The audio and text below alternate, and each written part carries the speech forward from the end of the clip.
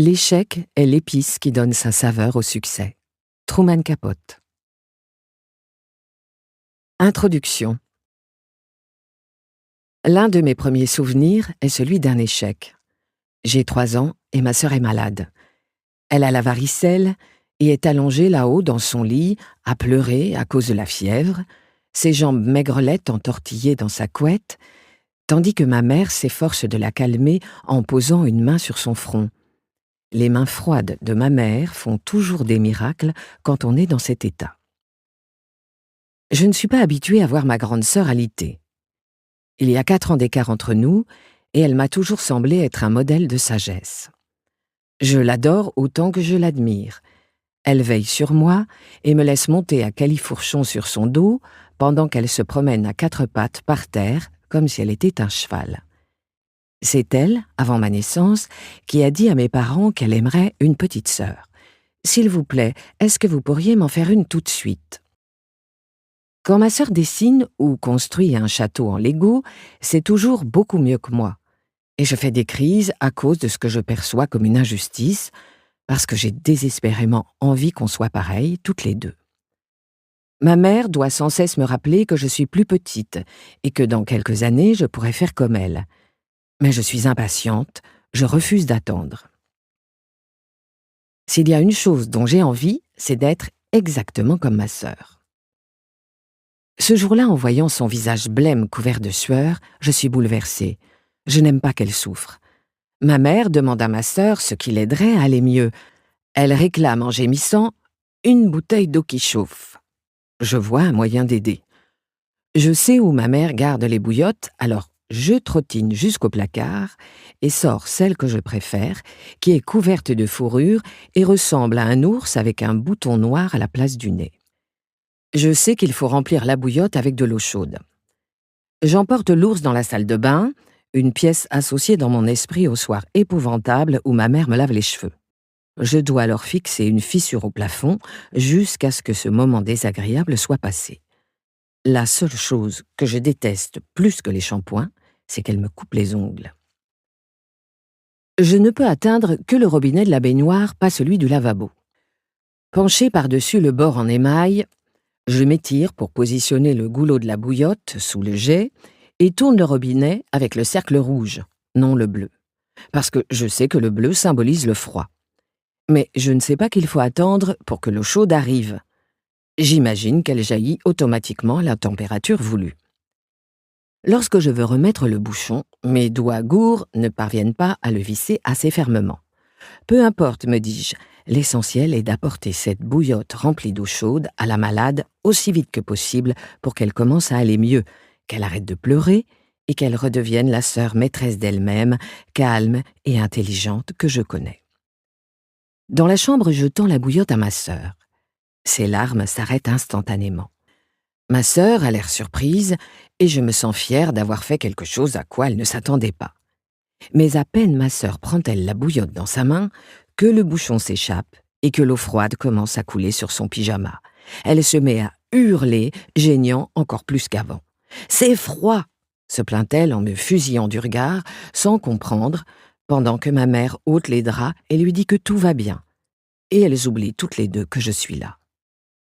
Je sens monter un sentiment de honte terrible dans ma poitrine à l'idée d'avoir déçu la personne que j'aime le plus au monde, alors que je voulais juste aider.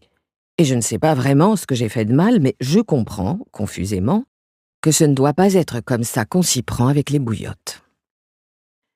Ma sœur s'est remise de la varicelle malgré mon aide, et j'ai appris avec le temps à me servir d'une bouilloire, à attendre quelques secondes avant de verser délicatement l'eau bouillante dans le goulot en caoutchouc, puis à remettre correctement le bouchon après avoir chassé le reste d'air. J'ai aussi appris que même avec les meilleures intentions, on peut mal exécuter une tâche quand il nous manque l'expérience nécessaire. C'est l'un de mes souvenirs d'enfance les plus vivaces. Mon échec à aider ma sœur, alors que c'est ce que je désirais plus que tout. Ce n'était pas un gros échec, seulement une maladresse. Mais nos échecs n'ont pas besoin d'être remarquables pour avoir du sens. En grandissant, j'allais en connaître d'autres, plus importants, plus durs à surmonter. J'ai échoué à des examens, par exemple le permis de conduire. J'ai échoué à rendre le garçon que j'aimais amoureuse de moi. J'ai échoué à m'intégrer à l'école. J'ai échoué quand j'avais une vingtaine d'années à apprendre à bien me connaître. Je n'existais qu'à travers de longues relations dans lesquelles je déléguais à mes partenaires la prise en charge de mes besoins. J'ai échoué à comprendre à l'époque que faire plaisir aux autres ne serait jamais une manière satisfaisante de vivre. Qu'à trop faire plaisir aux autres, on finit par oublier de se faire plaisir. Qu'en agissant ainsi, en recherchant des validations extérieures, on s'efforce juste de consolider une confiance en soi défaillante et que cela ne peut pas marcher. Parce que c'est comme essayer d'allumer la mèche d'une bougie avec des flammes crachées par un dragon. J'ai échoué dans mon mariage et j'ai divorcé à 36 ans. J'ai échoué à avoir les enfants que j'avais toujours cru vouloir. J'ai échoué encore et encore à jouer au tennis avec un minimum de sûreté dans mes gestes. J'ai échoué à reconnaître des sentiments profonds et difficiles, comme la colère et le chagrin, préférant les masquer sous des émotions plus faciles, plus convenables, comme la tristesse. J'ai échoué à ne pas trop me soucier des choses sans importance sur lesquelles je n'ai aucun espoir d'avoir la moindre prise. J'ai échoué à prendre la parole et à me défendre quand on profitait de moi au travail et dans mes relations affectives. J'ai échoué à aimer mon propre corps. J'échoue encore. C'est un travail de tous les jours, mais j'aime plus mon corps qu'auparavant et je suis reconnaissante, aujourd'hui, d'habiter cette miraculeuse enveloppe fonctionnelle. S'accepter est, je crois, un acte tranquillement révolutionnaire. Mais pendant des années, j'y ai échoué. Au fil du chemin, j'ai aimé et je me suis perdue. J'ai eu le cœur brisé. J'ai changé plusieurs fois de métier. J'ai vécu dans différentes maisons, différents appartements, différents pays. Je me suis fait de nouveaux amis tout en cultivant les anciennes amitiés. J'ai vécu des crises, des ruptures. J'ai vieilli. J'ai fini par mieux me comprendre. J'ai enfin compris l'importance de dépenser de l'argent pour des valises à roulettes et des manteaux d'hiver. Au moment où j'écris ces lignes, j'approche de mon 40e anniversaire. C'est-à-dire que je suis plus vieille que ma mère dans mon souvenir de bouillotte et de dévotion sororale. Et j'ai retenu au moins une chose de cette aventure extraordinairement belle qu'on appelle la vie. Mes échecs m'ont offert des leçons que je n'aurais jamais comprises sans eux. J'ai plus évolué grâce à ce qui s'est mal passé que lorsque tout semblait bien aller.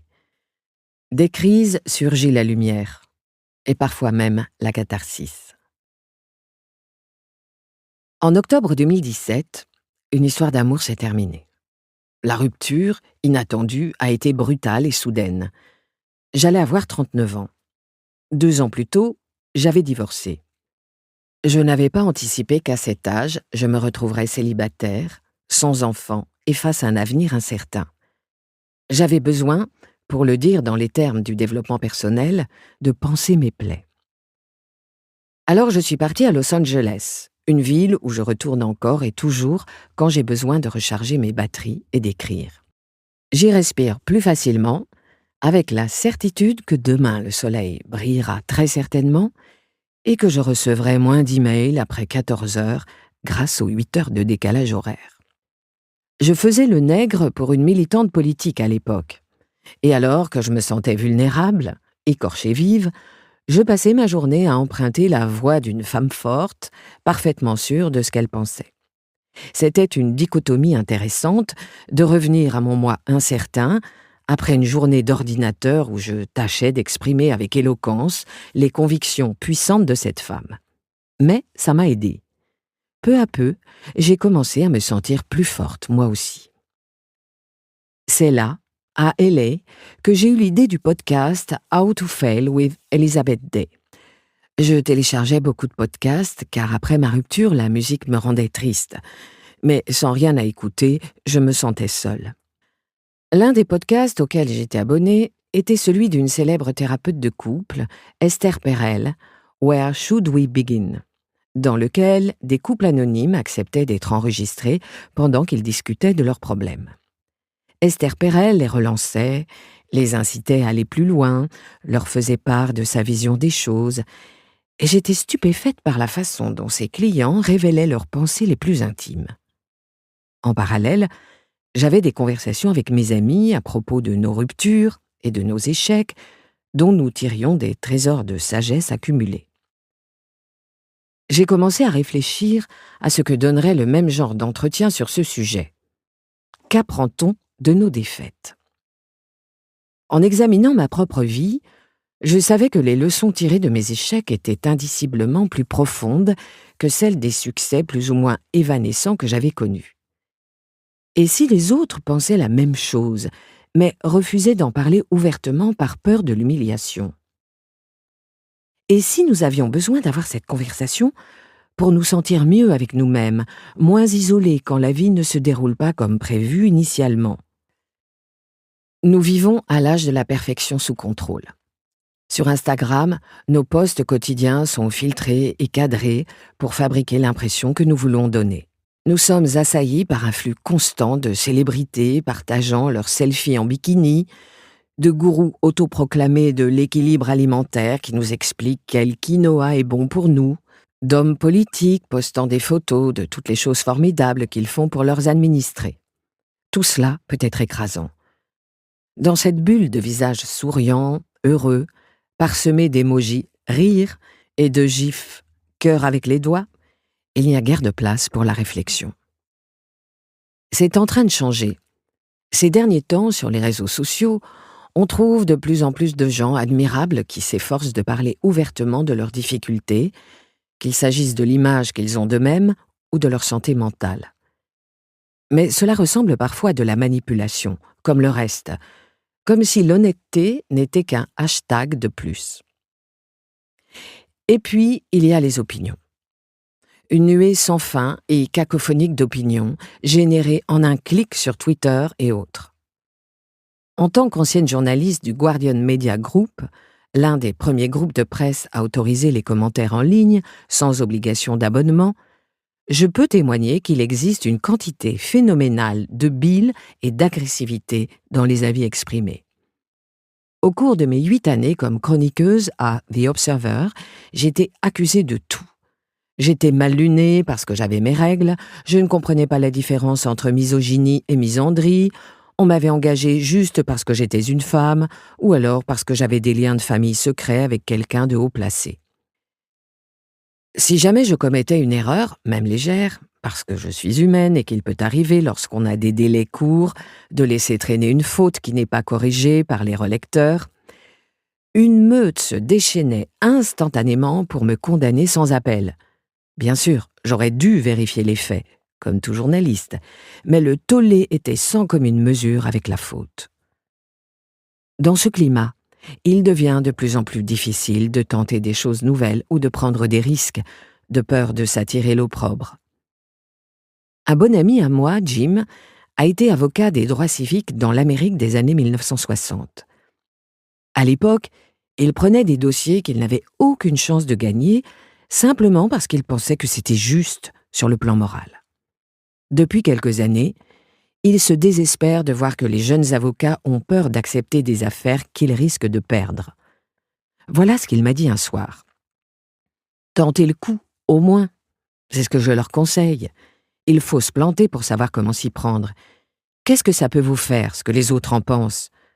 Quand vous serez sur une île déserte, tout seul, et que vous devrez vous débrouiller pour survivre, vous allez demander leur avis aux autres? Non. Vous serez trop occupé à allumer un feu avec une loupe pour appeler les bateaux au large et ne pas mourir sur place. » Seulement les étudiants de Jim ont grandi à une époque où l'échec est considéré comme une impasse, non comme une étape nécessaire pour progresser. Et qui plus est, dans une culture où chacun est autorisé et même encouragé à afficher des positions et des critiques hâtives sur toutes les plateformes. En même temps que le succès est devenu l'aspiration ultime, la honte de ne pas en avoir a tout envahi. Rien d'étonnant, donc, à ce que ces étudiants soient pétrifiés, ou au fait que nous ayons du mal à reconnaître nos erreurs, ou à admettre que nous avons pris de mauvaises décisions. Et pourtant, plus j'y réfléchissais, plus j'avais envie de rendre hommage à mes échecs pour m'avoir faite telle que je suis. Même si traverser des périodes difficiles n'est jamais agréable, je m'efforce de chérir ces moments parce que, avec le recul, j'ai compris qu'ils m'ont fait prendre des décisions différentes, souvent pour le mieux. Je sais que je suis devenue plus forte. Telle est la genèse de How to Fail with Elizabeth Day, un podcast où j'interroge des gens qui ont réussi sur ce qu'ils ont retenu de leurs échecs. L'idée de départ était simple. Demander à mes interlocuteurs de me donner 3 exemples d'expériences qu'ils considéraient comme des échecs personnels.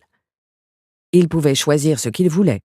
Rendez-vous amoureux désastreux, permis de conduire raté, licenciement, divorce. La beauté de ce postulat, c'est qu'en décidant de ce qu'ils évoqueraient, les invités seraient certainement moins réticents à s'ouvrir. J'avais aussi la conviction que leur choix serait en eux-mêmes révélateur. Après 17 ans passés à interviewer des célébrités pour des journaux et des magazines, j'ai ressenti un frisson d'excitation à l'idée de ne pas avoir à rédiger d'articles pour le compte d'un éditeur qui me réclamerait un angle particulier. J'enregistrerais l'entretien, lequel durerait entre 45 minutes et 1 heure, puis je laisserais l'interview telle quelle. Juste une conversation honnête sur des sujets rarement évoqués devant un micro. Lorsque le premier épisode du podcast a été diffusé, il a attiré des milliers d'auditeurs dès le premier soir. Le deuxième jour, il s'est retrouvé à la 3e place du classement iTunes, devant My Dad Wrote Porno et Desert Island Discs. À la fin du 8e épisode, j'avais accumulé plus de 200 000 téléchargements et décroché un contrat d'édition. Je recevais des dizaines de messages chaque jour de gens extraordinaires qui me disaient que le podcast les aidait à supporter de douloureuses épreuves. Une femme à qui on avait annoncé à 15 ans qu'elle n'aurait jamais d'enfant. Un cadre dans la publicité qui avait renoncé à son travail à cause d'une fatigue chronique. Un homme que j'avais interviewé une fois pour un journal qui me contactait pour m'expliquer que sa mère était en soins intensifs après une greffe de cellules souches et 9 jours de chimiothérapie, mais qu'elle écoutait le podcast parce qu'il la calmait. « Ça rend les choses plus douces », m'écrivait-il.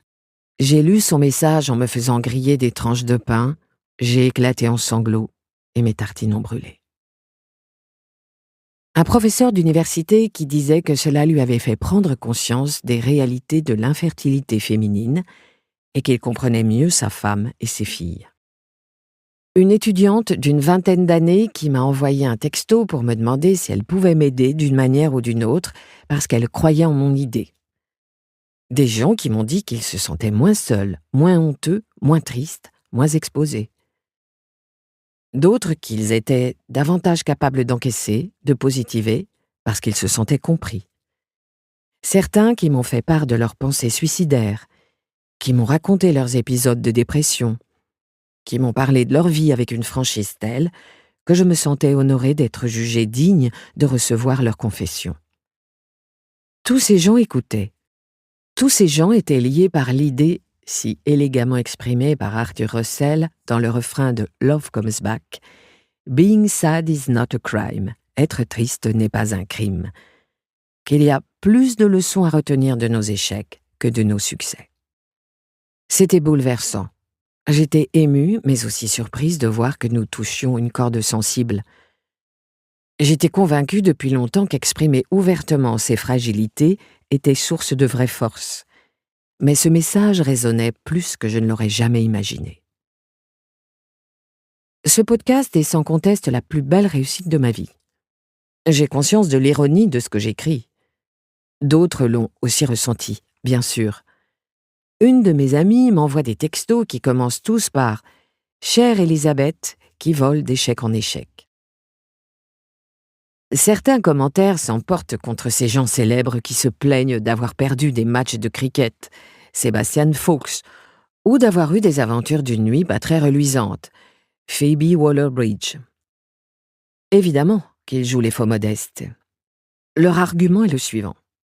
Si une personne a réussi, alors c'est qu'elle n'a pas connu d'échec véritablement destructeur. Et pourquoi n'avais-je pas d'invité toujours aux prises avec l'échec ? Est-ce que je ne pouvais pas laisser à tout un chacun la possibilité d'échouer, sans en plus devoir se sentir mal de ne pas rebondir comme il faudrait. Est-ce qu'il ne fallait pas juste faire avec les échecs au lieu d'en parler à longueur de temps? Mon intention n'est pas de promouvoir l'échec. Simplement, nous en faisons tous l'expérience à un moment ou à un autre dans notre vie. Et au lieu de le craindre comme une calamité dont il est impossible de se remettre, peut-être devrions-nous muscler notre capacité de résilience en partageant nos expériences. Ainsi, au prochain désastre, serons-nous mieux armés pour l'affronter. En écoutant quelqu'un qui de loin semble tout avoir, parler ouvertement de ce qu'il a raté, nous devrions nous sentir inclus, pas exclus. Surtout quand cette personne s'épanche sur sa dépression, ses mauvais choix de carrière, ses relations amoureuses ratées, parce que tous nous passons par les mêmes étapes et tous nous craignons qu'elles nous définissent négativement. Je ne veux pas dire pour autant que tous les échecs sont faciles à surmonter. Il y a des choses dont on ne se remet jamais et dont on n'a aucune envie de parler. Et aussi des domaines auxquels je ne connais absolument rien. J'ai parfaitement conscience, en écrivant ce livre, que je ne suis pas du tout une experte et que je n'ai rien d'autre à offrir au lecteur que ma propre expérience. Je suis une femme blanche, privilégiée, de la classe moyenne, dans un monde gangrené par le racisme, les inégalités et la pauvreté. Je ne sais pas ce que c'est de vivre au quotidien des micro-agressions, de se faire cracher dessus dans la rue, ou de ne pas avoir la promotion méritée à cause de la couleur de sa peau. Je n'ai qu'une vague idée de ce qu'est le quotidien quand on touche le salaire minimum, quand on est réfugié, handicapé ou gravement malade, ou quand on vit sous le joug d'une dictature où la liberté d'expression n'existe pas. Je ne suis pas une mère, je ne suis pas un homme, je ne suis pas propriétaire, et je ne peux donc pas vraiment m'exprimer sur ces sujets. Si je m'y essayais, ce serait arrogant et offensant. C'est pourquoi les chapitres de ce livre sont fondés sur mon expérience personnelle. Ce qui suit est juste ma façon de voir l'échec. Peut-être pourrez-vous vous y retrouver. Peut-être en avez-vous une autre. Et peut-être aurai-je un jour l'occasion de l'entendre. J'ai beaucoup appris en faisant ce podcast et en écrivant ce livre. L'une des choses que j'ai trouvées particulièrement intéressantes quand j'ai commencé à approcher des invités potentiels, c'est que les hommes et les femmes ont une vision de l'échec très différente. Toutes les femmes ont immédiatement saisi l'idée et m'ont affirmé, à part une, qu'elles avaient des tonnes d'échecs à évoquer, à tel point qu'il leur était difficile d'en choisir seulement 3. Oui, j'échoue très souvent, m'a dit la militante politique Gina Miller, parce que je prends des risques et que je me force à essayer de nouvelles choses. Et quand on fait ça, on s'expose à l'échec, mais c'est une manière de vivre à fond. Dans la vie, on va tous connaître l'échec, alors autant s'y habituer. Puisque ça doit se produire, il faut développer des stratégies pour l'accepter. Et une fois qu'on a ça en soi, on peut s'exposer et vraiment se lancer. La plupart des hommes, mais pas tous, loin s'en faut, ont répondu qu'ils ne pensaient pas avoir connu l'échec et qu'ils ne feraient peut-être pas de bons invités pour ce podcast. Il y a une explication scientifique derrière ce phénomène. L'amygdale est liée aux peurs primitives qui sert à traiter les souvenirs et les émotions et à réagir aux situations de stress, est connue pour activer plus facilement des réactions négatives aux stimuli chez les femmes que chez les hommes. Ce qui suggère que les femmes ont plus de chances de développer des souvenirs émotionnels forts liés à des événements négatifs et de ruminer ce qui a mal tourné. Le cortex singulaire antérieur, la partie du cerveau qui nous aide à reconnaître nos erreurs et à évaluer les options, est également plus développé chez les femmes. Les femmes sont plus facilement victimes de leurs propres doutes, c'est ce qu'écrivent Kathy Kay et Claire Shipman dans leur livre The Confidence Code. Comparées aux hommes, les femmes ne se considèrent pas elles-mêmes dignes d'être promues. De façon générale, elles s'attendent à moins réussir les tests et les examens et sous-estiment leurs capacités. Si les femmes étaient davantage capables de s'approprier leurs échecs, je pense que cela changerait. J'ai été étonnée lorsque l'écrivain Sebastian Faulks m'a expliqué que l'échec était affaire de perception. Avant notre entretien pour le podcast, il m'a envoyé un email taquin me décrivant quelques échecs. La fois où mon ami Simon et moi avons perdu une finale de double des plus de 40 ans au tennis et dû nous contenter de la médaille en chocolat. Au cricket, je me souviens de m'être fait éliminer alors que j'avais fait un tour de batte à 98 points, mais renvoyé une balle au lanceur. Un de mes livres a été sur la dernière liste du Bancarella, un grand prix littéraire italien, mais je ne l'ai pas eu. Il a été décerné au beau-frère du président du jury. Et bien sûr, j'ai vécu une sacrée déconvenue le jour où mon fameux soufflet à la nage de homard s'est élevé à 28,8 cm au lieu des 29 désirés. Il plaisantait, bien entendu. Et pendant l'entretien pour le podcast, il a parlé avec éloquence de ses périodes de dépression et de l'époque, à l'école, où il avait le sentiment de n'avoir sa place nulle part. Néanmoins, il y avait un argument sérieux par-delà l'humour, à savoir que l'échec est une question de perspective. À propos de sa deuxième place pour le prix littéraire italien, il dit « Est-ce un échec ? Je ne sais pas. Je n'avais pas cette impression. Je trouvais que c'était déjà une belle réussite d'aller à Milan pour être célébré dans un pays étranger grâce à un livre qui n'a aucun rapport avec l'Italie. » James Frey, écrivain lui aussi, avait une opinion similaire, bien qu'il ait été accusé d'avoir inventé certaines parties de son premier ouvrage, 1000 morceaux. Présenté comme une autobiographie, son livre n'a pas souffert de cette critique et est devenu un best-seller mondial. Je ne regarde pas ce que les autres appellent des échecs comme des échecs. C'est juste un processus. Et soit vous le gérez, soit vous n'y arrivez pas. Si vous n'en êtes pas capable, tant pis pour vous. Mais pour moi, les livres que j'ai essayé d'écrire avant 1000 morceaux et que j'ai mis à la poubelle parce qu'ils n'étaient pas bons ne sont pas des échecs. Je me dis qu'ils faisaient partie du processus.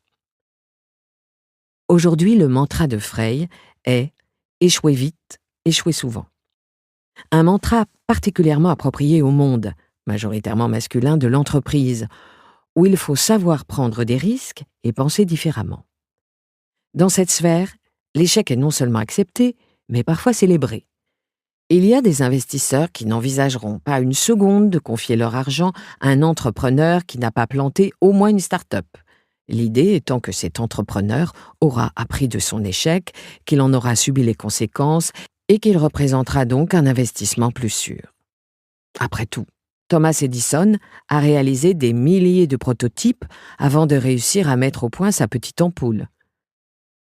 La première entreprise de Bill Gates n'a pas connu le succès. Au cours de sa carrière, le champion de baseball, Babe Ruth, a battu le record négatif de retrait sur prise, 1330, à cause des risques insensés qu'il prenait à la batte. Mais il a surtout établi un record insurpassable de home runs, 714. Quand on l'interrogeait sur sa technique, Babe Ruth répondait « Je frappe de toutes mes forces. Je tape fort, je donne tout ce que j'ai, je tente de gros coups, je rate de gros coups. J'aime vivre intensément. » Au fond, Babe Ruth exprimait la chose suivante. Pour connaître des réussites exceptionnelles, il faut être prêt à vivre aussi des échecs exceptionnels. Les deux sont intimement liés. L'échec précède la réussite, et pas seulement sur les terrains de baseball. Quel sens donner à l'échec ? Il signifie probablement que nous tentons d'exprimer tout notre potentiel. Nous expérimentons dans différentes directions plutôt que de nous contenter de la répétition d'une émotion déjà connue. Nous vivons en technicolor, pas en noir et blanc. Nous apprenons en faisant. Et en dépit de tous les obstacles qui se dressent sur le chemin, je ne peux m'empêcher de me dire « Quelle incroyable aventure que la vie !» Comment échouer à trouver sa place ? Quand j'avais 4 ans, ma famille a déménagé en Irlande du Nord. On était en 1982, au plus fort des troubles. Des bombes explosaient régulièrement dans les centres commerciaux ou dans les halls des hôtels. Sur le chemin de l'école, ma mère devait s'arrêter aux checkpoints, tenus par des soldats en tenue de camouflage, avec des mitraillettes en travers du torse. Le soir, aux infos télévisées, la voix du leader du Sinn Féin, Gerry Adams, était doublée, ce qui me semblait toujours bizarre, si petite que je sois. Quand j'ai entendu sa véritable voix des années plus tard, je l'ai trouvée assez décevante. Je m'étais figuré qu'elle devait sonner comme celle de Dark Vador, en moins amicale encore. En réalité, il avait l'air d'un prof d'histoire géo, incapable de contrôler les cancres au fond de la classe. De mon côté, avec mon accent anglais précis, pointu, j'ai fait tâche dès le premier jour d'école. J'étais né à Epsom, dans le Surrey, comté plus que sûr en comparaison. Tous les ans, la course hippique du Derby avait lieu à 2 pas de notre maison et ma mère organisait un pique-nique auquel elle invitait les nombreux amis de la famille. J'ai vu le légendaire jockey Lester Piggott tomber de cheval et partir, livide, sur une civière. Sa petite taille m'a frappée, alors que je n'étais moi-même pas bien grande à l'époque. En Irlande, il n'y avait ni pique-nique ni amis. Nous étions assez isolés, en particulier ma mère qui n'avait pas de travail, grâce auquel rencontrer des gens. Mon père nous avait fait déménager pour des raisons professionnelles parce qu'il prenait un poste de chirurgien à l'Altna Galvin Hospital de Derry. Il y avait beaucoup de rotules à opérer. J'étais au courant des troubles civils que j'acceptais comme seuls le peuvent les enfants. Cela faisait partie de la vie. Aux monstres sous mon lit ont succédé des visions de terroristes cagoulés et je me suis habituée aux caissières des supermarchés qui nous demandaient d'un air soupçonneux si nous étions là en vacances quand nous allions faire les courses pour la semaine. Je ne me rendais pas compte que leur vraie question était de savoir si notre présence était liée à celle de l'armée britannique, mais je me rappelle que j'avais peur que nous soyons bombardés par l'IRA, ce à quoi ma mère répondait sagement « Ton père soigne les 2 camps ». Et c'était vrai. Il s'occupait aussi bien des loyalistes que des républicains. Lorsqu'une bombe a explosé à Omagh en 1998, il s'est précipité sur les lieux. Par la suite, il a opéré sur diverses zones de guerre avec Médecins sans frontières, en Tchétchénie, en Sierra Leone et en Afghanistan. Des années plus tard, lorsque je lui ai demandé quel endroit l'avait le plus affecté, il m'a reparlé d'Omagh, en me décrivant en détail les scènes de carnage auxquelles il avait assisté. Il y avait des moments d'absurdité pure. La première année, nous vivions sur une route menant à un village du nom de Muff, Muff signifiant « touffe ». Je n'ai jamais pensé à m'étonner de ce nom, jusqu'à ce que, longtemps après, mon ami Cormac hurle de rire en m'entendant le mentionner. « Muff » a-t-il dit, quand il a eu repris sa respiration. « Tu aurais aussi bien pu habiter à Vagin ?» Ce village était à quelques minutes en voiture de notre maison dans le nord de l'Irlande, mais de l'autre côté de la frontière, du côté de Donegal, qui faisait politiquement partie du sud. Ma mère nous conduisait, ma sœur et moi, à nos leçons de danse irlandaise, à Muff, afin de nous aider à nous intégrer.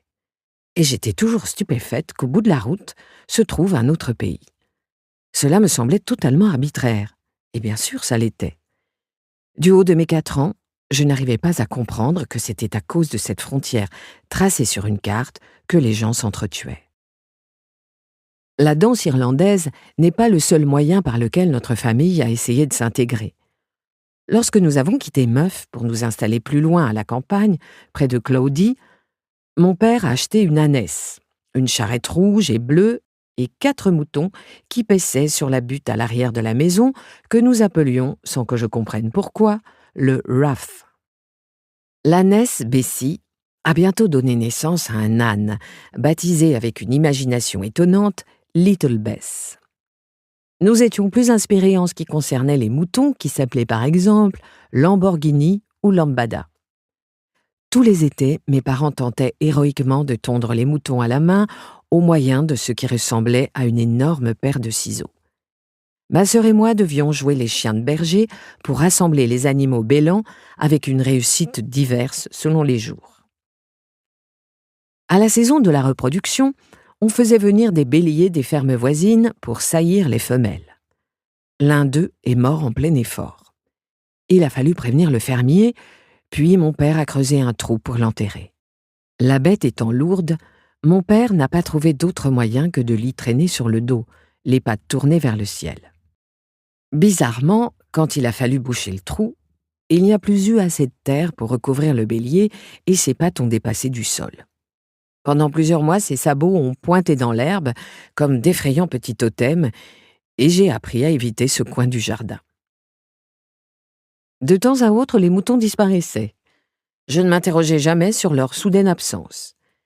Il m'a fallu quelque temps pour comprendre qu'à chaque fois qu'un mouton s'évanouissait du Roth, des sacs de viande fraîche apparaissaient dans le congélateur. « C'est de l'agneau ?» balbutiai-je le dimanche midi, attablé devant un morceau de rôti accompagné de pommes de terre et de sauce à la menthe. Au bout d'un moment, mes parents ont commencé à attribuer des numéros aux moutons afin que je m'attache moins à eux. En vain. Aujourd'hui encore, je préfère le poulet rôti. Internet et Netflix n'existant pas, lorsque nous ne nous occupions pas des moutons, ma sœur et moi devions trouver nous-mêmes de quoi nous amuser. Mes passe-temps préférés consistaient à me cacher derrière les grands massifs de rhododendrons du jardin pour lire une aventure policière de Nancy Drew ou à jouer le long de la rivière Fogan qui courait derrière la maison et dont le nom avait l'air d'un juron lorsque je le prononçais en imitant l'accent nord-irlandais. Je couvrais les murs du grenier de coupures de magazines, ayant lu quelque part qu'Anne Frank le faisait quand elle se cachait des nazis. J'étais étrangement obsédée par la Seconde Guerre mondiale. Maintenant que j'y pense, peut-être était-ce lié au fait que je vivais dans un endroit en proie à un conflit politique. Pour l'essentiel, les attaques terroristes avaient lieu hors de mon monde immédiat. Mon école primaire était belle, il y avait de bons professeurs et les enfants semblaient m'accepter comme j'étais, dans l'ensemble. Les troubles affectaient notre conscience d'une façon à la fois familière et abstraite. Tout le monde semblait immunisé. Dans les années 1970, quand les bombes, les colis piégés et les batailles rangées étaient presque quotidiens dans certaines parties de la province, les médecins prescrivaient des cachets pour les nerfs, et la consommation de tranquillisants était plus élevée là que n'importe où ailleurs au Royaume-Uni. D'après le livre de Patrick Radden Keefe, Ne dis rien, les médecins s'étaient aperçus que les gens les plus affectés par ce type d'angoisse n'étaient pas les combattants actifs, paradoxalement, mais les femmes et les enfants calfeutrés derrière leurs portes. À mon arrivée, cette emprise traumatisante des troubles avait dégénéré en une culture du silence. On n'en parlait qu'avec réticence. Tous les mots semblaient chargés d'une portée symbolique et historique. La ville la plus proche était indiquée sous le nom de Londonderry sur les panneaux de signalisation, mais utiliser ce nom en entier dans une conversation revenait à se déclarer politiquement pro-britannique. Il fallait l'appeler Derry, ou en subir les conséquences. Personne ne me l'avait expliqué directement, mais j'absorbais ces nuances sans avoir besoin qu'on m'en parle. Parfois, le silence était particulièrement lourd. Lorsque le père commerçant d'un garçon de ma classe a été abattu pour avoir vendu des articles à l'armée britannique, je ne me rappelle pas qu'aucun de nous en ait jamais parlé. Mes parents discutaient à voix basse, d'un ton grave, et je m'habituais à interpréter leur silence autant que ce qu'ils disaient. Il fallait bien vivre, et j'essayais de ne pas trop penser à tout ce qui m'effrayait. Mais en arrivant au collège à Belfast, j'ai commencé à prendre conscience de ma différence. J'étais interne, et un week-end, alors que j'allais à pied à l'arrêt du bus qui devait me ramener chez moi, mon chemin m'a fait passer par un endroit où, la veille au soir, un attentat à la bombe avait eu lieu. J'ai contourné une voiture calcinée. La tôle était tellement tordue que la forme en était presque méconnaissable. Toutes les fenêtres de l'hôtel Europa avaient explosé. Je sentais crisser sous mes pieds des confettis de verre. À l'époque, dans certains quartiers, parler avec l'accent anglais vous désignait comme un des occupants honnis. Le sachant, j'essayais de ne pas trop parler quand je rencontrais de nouvelles personnes ou quand je me trouvais dans des endroits que je ne connaissais pas bien. Mais à l'école, il fallait bien parler. Je n'avais nulle part où me cacher.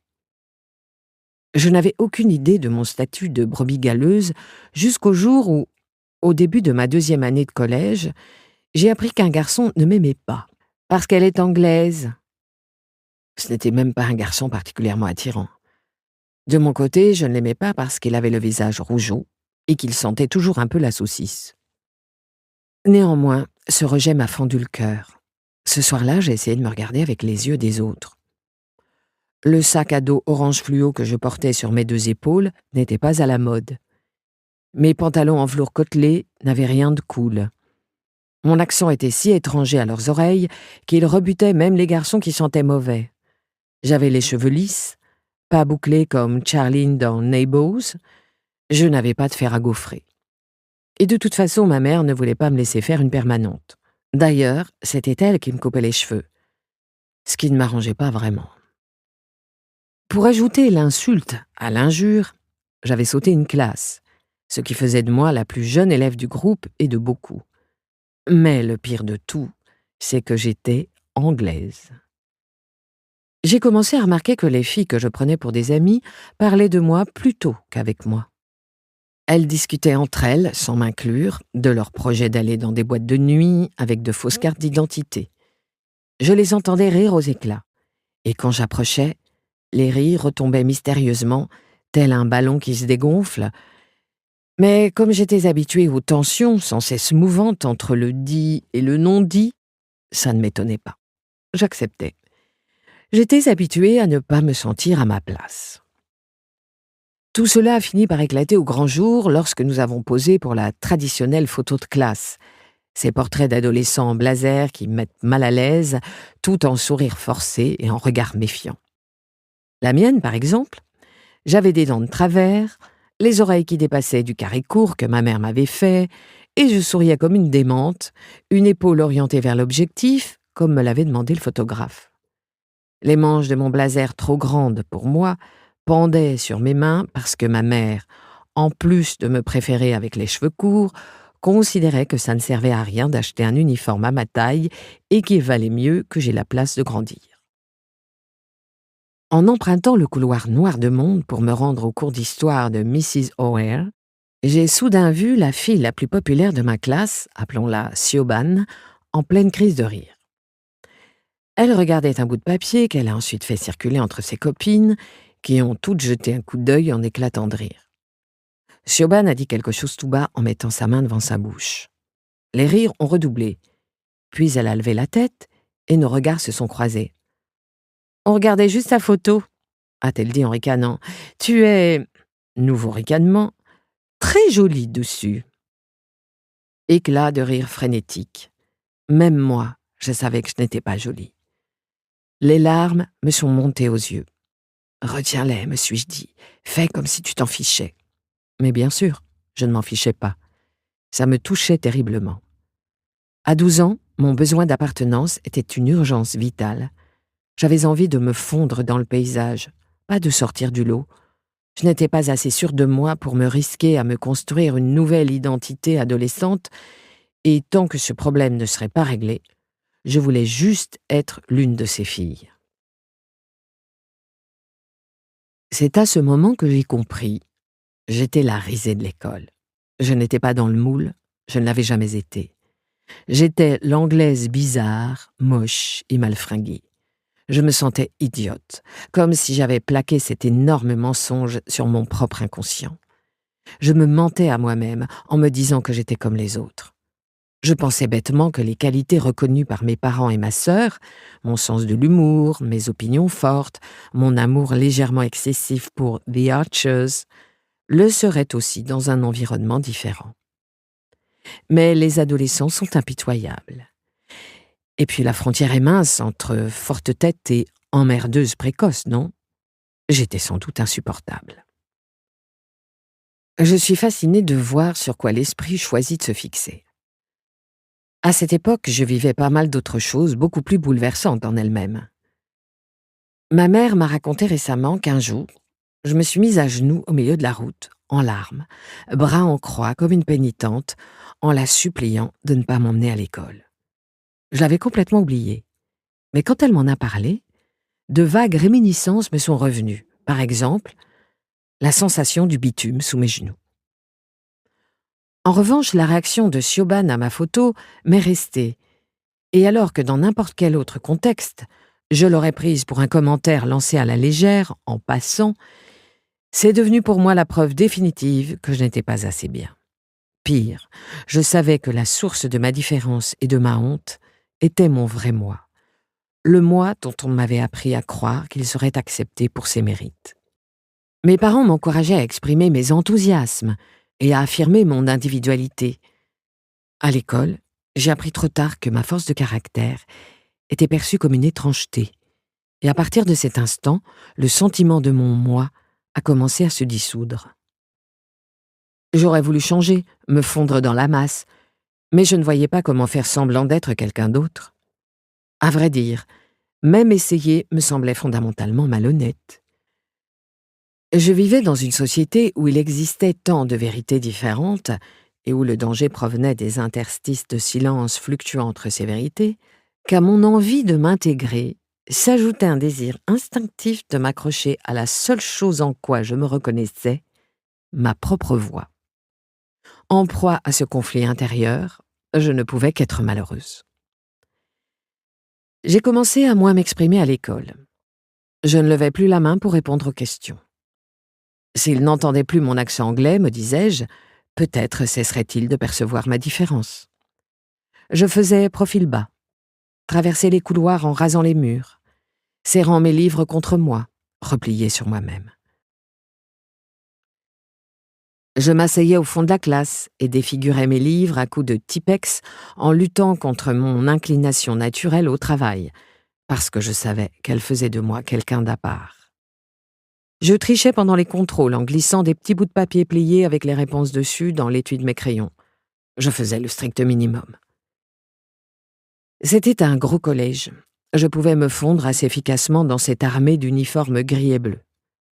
Dans le dortoir pour filles de l'internat, j'ai arraché des murs les photos de phoques velus, qui faisaient trop bébé, et les publicités Calvin Klein, quand il y avait des filles dessus parce qu'on me traitait de lesbienne. Et les ai remplacées par des posters de pop stars et de mannequins hommes Levi's en noir et blanc. Le week-end, je ne pouvais pas partir avant le samedi matin, quand le car passait pour me ramener à la maison. Le trajet durait 1h30. Lorsque ma mère arrivait pour me récupérer à l'arrêt, mon soulagement de pouvoir de nouveau être moi-même était tel que tout mon corps se relâchait. Mais je n'avais qu'une nuit de tranquillité parce que nous devions rentrer dès le dimanche soir pour assister à un service à la chapelle. Au dîner, ma mère me faisait mes plats préférés que je mangeais la gorge nouée, ravalant mes larmes. Retourner à l'internat me terrorisait.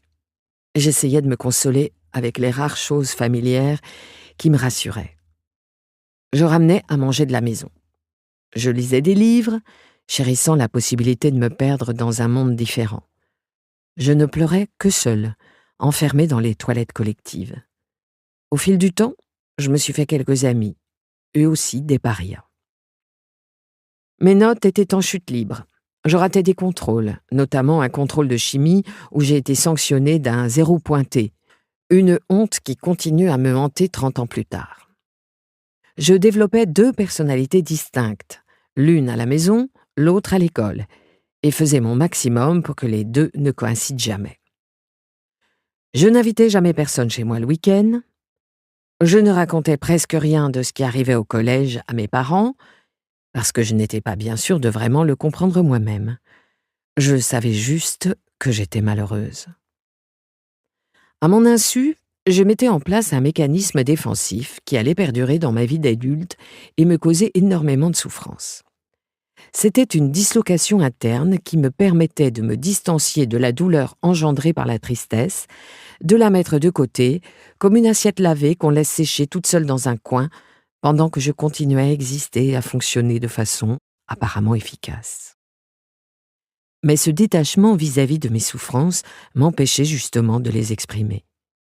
Moi qui connaissais tant de mots, j'étais incapable de trouver les bons pour parler de moi.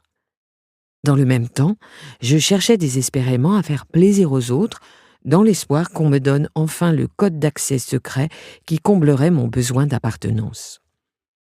Je changeais mon caractère en fonction de la compagnie où je me trouvais.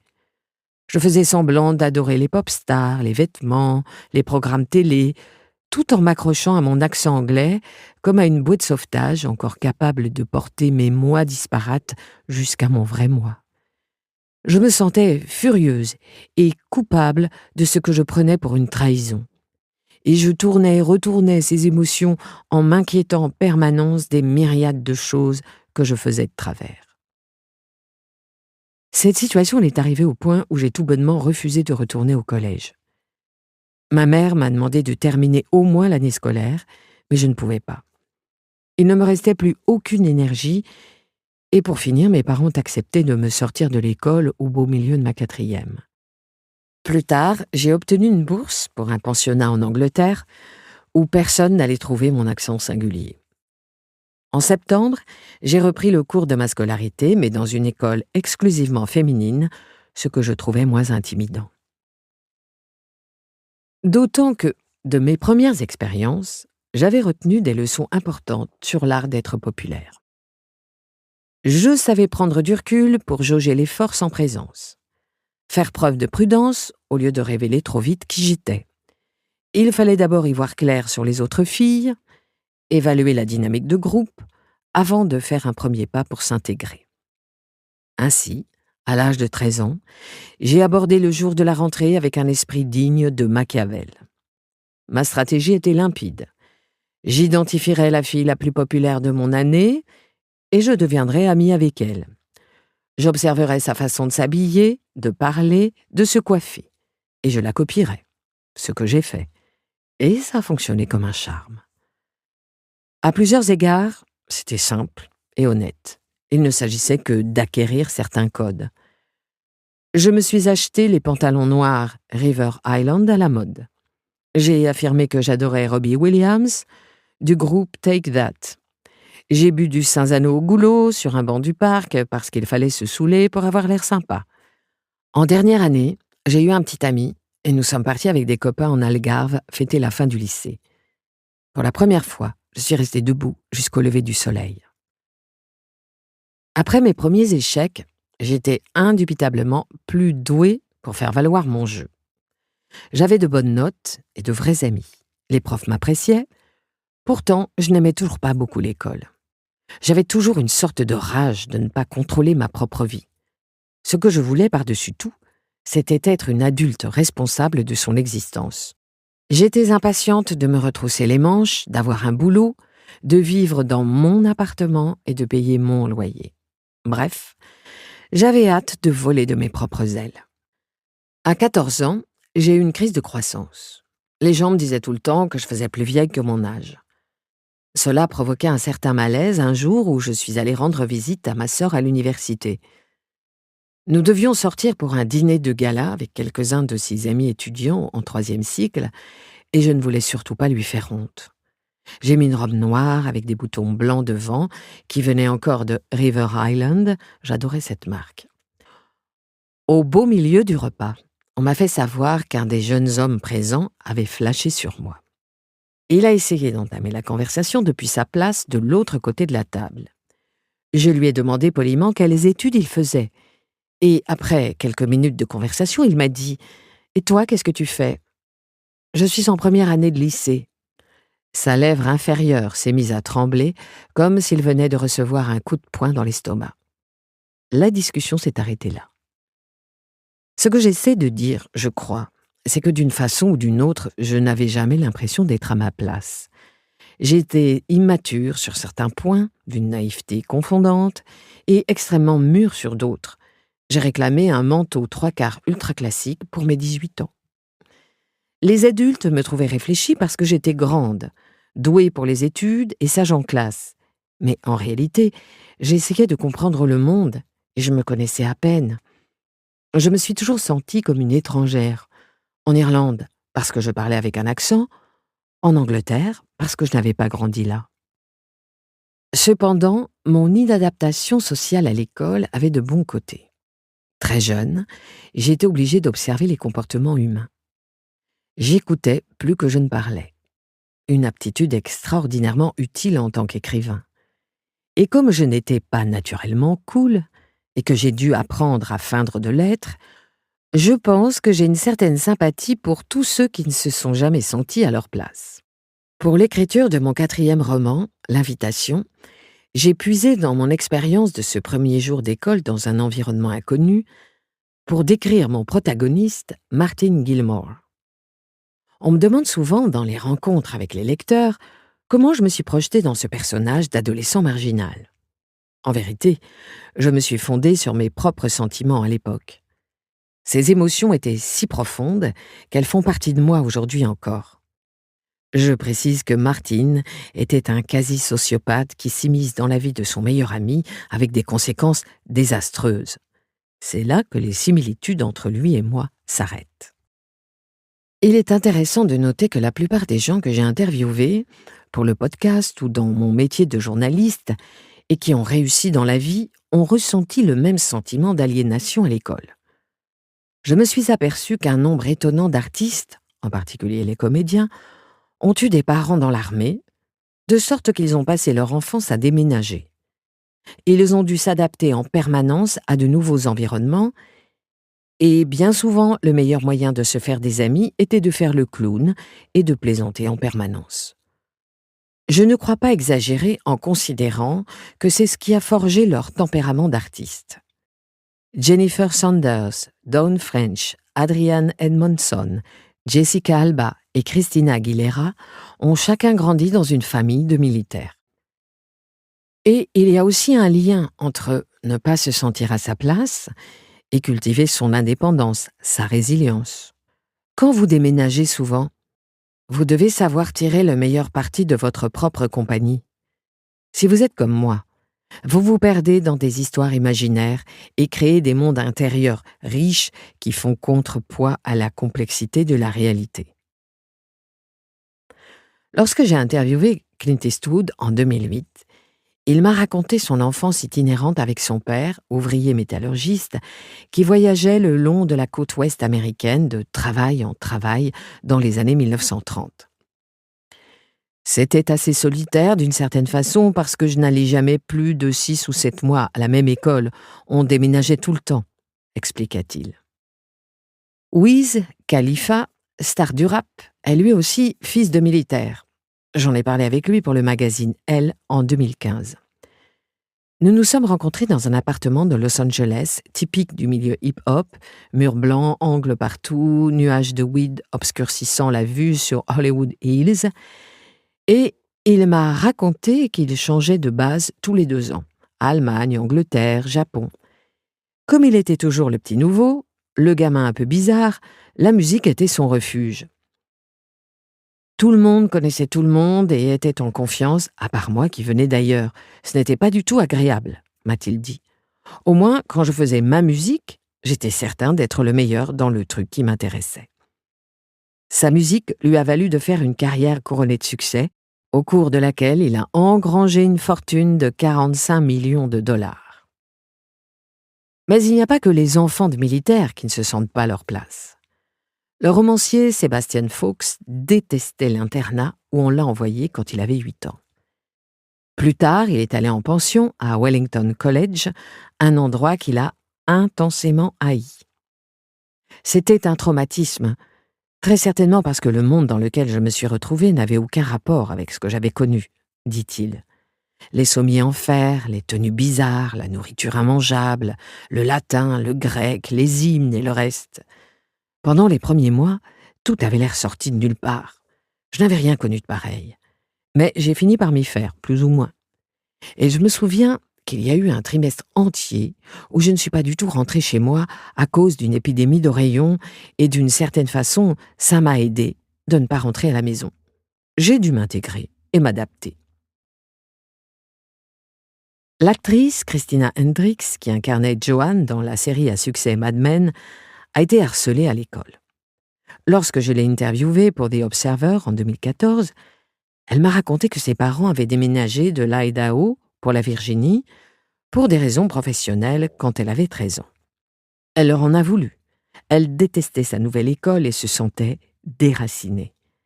Elle portait des Birkenstock et des robes de hippie. Elle a été très surprise en découvrant que les filles de son âge, dans cette nouvelle ville, avaient des sacs à main. Je me disais « Oh, des sacs à main !» Pour moi, il n'y avait que les mères qui en avaient. Elles étaient beaucoup plus sophistiquées. Elles avaient déjà couché et se maquillaient. Autant de choses qui n'existaient pas encore pour moi. Dès le début, Christina Hendricks a été marginalisée. Il y avait un couloir avec les casiers et chaque fois que j'allais au mien pour prendre des livres dont j'avais besoin, des gens s'asseyaient dessus et me crachaient au visage. J'ai dû demander à changer de casier parce que je ne pouvais plus y mettre les pieds. J'avais peur au lycée. C'était comme dans Sa Majesté des mouches. Il y avait toujours quelqu'un qui se faisait tabasser pendant que les autres applaudissaient. Christina Hendricks s'est trouvé une tribu au sein de l'atelier théâtre. Jouer était un exutoire pour se libérer de cette colère impuissante. Elle s'est transformée en gothique, cheveux teints en noir et en violet, rasée sur la nuque, avec des vestes en cuir et des bottes Doc Martens montantes. D'après elle, ces vêtements et cette capacité à se réinventer lui offraient une armure pour affronter ce qu'elle vivait. Mes parents disaient « Tu t'aliènes tout le monde, tu ne vas pas te faire d'amis ». Et moi j'en répondais « Je n'ai pas envie que ces gens soient mes amis. Je ne serai pas amie avec des gens qui applaudissent pendant qu'on tabasse quelqu'un. Je les déteste. » Bien sûr, on connaît la suite. La passion de Christina Hendricks pour la scène lui a ouvert la voie d'une carrière d'actrice acclamée par la critique. Elle a été nominée aux Emmy Awards et est adulée par des fans au bord de l'obsession. Et voici la leçon qui, me semble-t-il, relie toutes ces histoires. Pour survivre, nous devons soit nous adapter à un environnement potentiellement hostile, soit canaliser notre douleur grâce à un dérivatif positif et souvent créatif. À l'école, nous n'apprenons pas seulement des choses dans les matières académiques, nous découvrons qui nous sommes, nous testons différentes identités pour voir lesquelles nous conviennent avant que les contraintes et les responsabilités des adultes nous tombent dessus. J'étais toujours tellement mécontente, adolescente, lorsque des adultes condescendants me disaient que l'école avait été la meilleure période de leur vie et que j'avais intérêt à en profiter au maximum. À l'époque, je me demandais si je finirais moi aussi par le croire en vieillissant, de la même façon que j'allais finir par aimer le cinéma français ou le pesto, mais ça ne m'est jamais arrivé. L'école n'a absolument pas été la meilleure période de ma vie, et je peux même dire que j'en fais encore des cauchemars. Dans le podcast, Phoebe Waller-Bridge, créatrice de Fleabag, la série primée au BAFTA, a parlé de la dualité qu'elle éprouvait à l'école. Alors que chez elle, on lui apprenait à s'affirmer et à tester la nécessité des limites, elle se rendait chaque jour dans un lieu où il fallait obéir aux règles. Je me souviens de ce que ma mère m'a dit quand je suis entrée au collège. « Comporte-toi comme un ange pendant la première année, et si tu te tiens bien, tu pourras faire tout ce que tu voudras après à l'école. » Et je l'ai écouté, j'ai travaillé. J'ai fait en sorte d'avoir toutes les récompenses qu'on pouvait avoir, mais pendant ce temps, je disais à mes copains « Si j'y arrive, après, je pourrai faire ce que je veux. » Et c'était vrai d'ailleurs, parce qu'ensuite, j'ai eu une réputation d'élève travailleuse, alors que je n'arrêtais pas de faire des blagues. Et mon insolence, que ma mère m'avait aussi inculquée, était complètement éclipsée par le fait que j'avais l'air d'être une gentille fille, et on ne m'en faisait pas reproche. Bien entendu, cette dualité, elle l'a brillamment déployée dans Fleabag, où sa protagoniste a toute l'apparence d'une gentille fille de la classe moyenne, bien éduquée, alors qu'elle est aux prises avec des problèmes assez sombres de deuil et d'abandon, et qu'elle utilise le sexe comme une distraction pour échapper à son sentiment d'inadaptation. La série a aussi sa propre dualité puisqu'elle traite de thèmes graves tout en étant d'une drôlerie irrésistible. Durant l'enfance et l'adolescence, l'incapacité à entrer dans le moule nous contraint à une forme de résilience qui nous permet ensuite de mieux nous épanouir. L'activiste politique Gina Miller a vécu cela lorsqu'elle est partie de chez elle, en Guyane britannique, pour intégrer un pensionnat d'Eastbourne à l'âge de 7 ans. Elle a été harcelée par certains élèves parce qu'elle ne leur ressemblait pas et qu'elle avait un accent. Avant de quitter sa maison, Gina Miller avait pris un flacon de parfum de sa mère, l'air du temps, pour se rappeler tout ce qu'elle aimait. Chaque soir, avant de s'endormir dans le dortoir, elle en mettait une goutte sur son oreiller, jusqu'au jour où une fille, voyant ce petit rituel, a vidé le flacon dans les toilettes. Lorsqu'elle l'a découvert, Gina a versé discrètement quelques larmes avant de réfléchir à ce qu'elle pouvait faire. Elle pouvait dénoncer la fille, ce qui lui aliénerait les autres. Elle pouvait souffrir en silence, ce qui risquait de la faire passer pour une chiffre-molle. Ou elle pouvait tenter de conquérir la fille qui l'avait maltraitée. Gina a choisi cette dernière option et a donné à la fille en question un bracelet comme gage de réconciliation. Dès que j'ai fait la paix avec cette fille, ses défenses se sont écroulées. C'est souvenu Gina Miller. Je n'ai pas répondu à la colère par la colère. J'ai préféré la désarmer avec gentillesse pour qu'on puisse se lier l'une à l'autre. Une fois qu'un harceleur vous considère comme un être humain, vous avez déjà à moitié gagné la bataille. Elle a ajouté « Tout cela m'a appris une leçon. La plupart des harceleurs agissent par faiblesse. Ils se sentent menacés, acculés par quelque chose ou quelqu'un qu'ils ne comprennent pas. Ils attaquent sans savoir pourquoi, mais sous leur fanfaronnade, il y a souvent un individu vulnérable, miné par l'insécurité affective et la fragilité. Quelqu'un qui ne sait pas s'exprimer quand il est confronté à l'inconnu.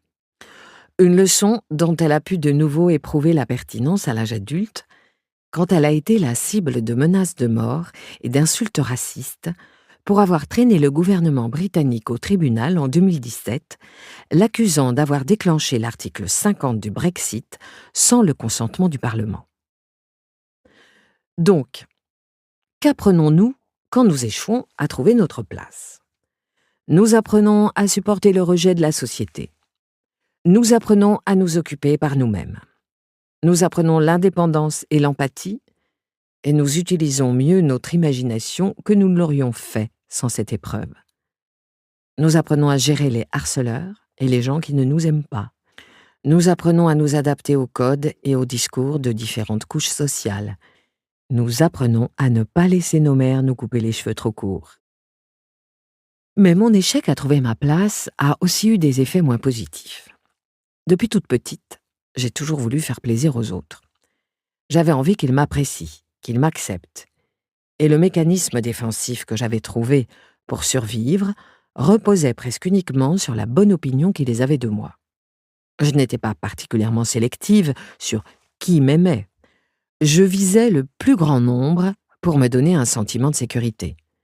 Si bien que pendant des années, je me suis démenée à tort et à travers pour essayer de trouver ma place. C'était épuisant. Pour me conformer aux désirs des autres, je perdais le contact avec mes envies et mes sentiments profonds.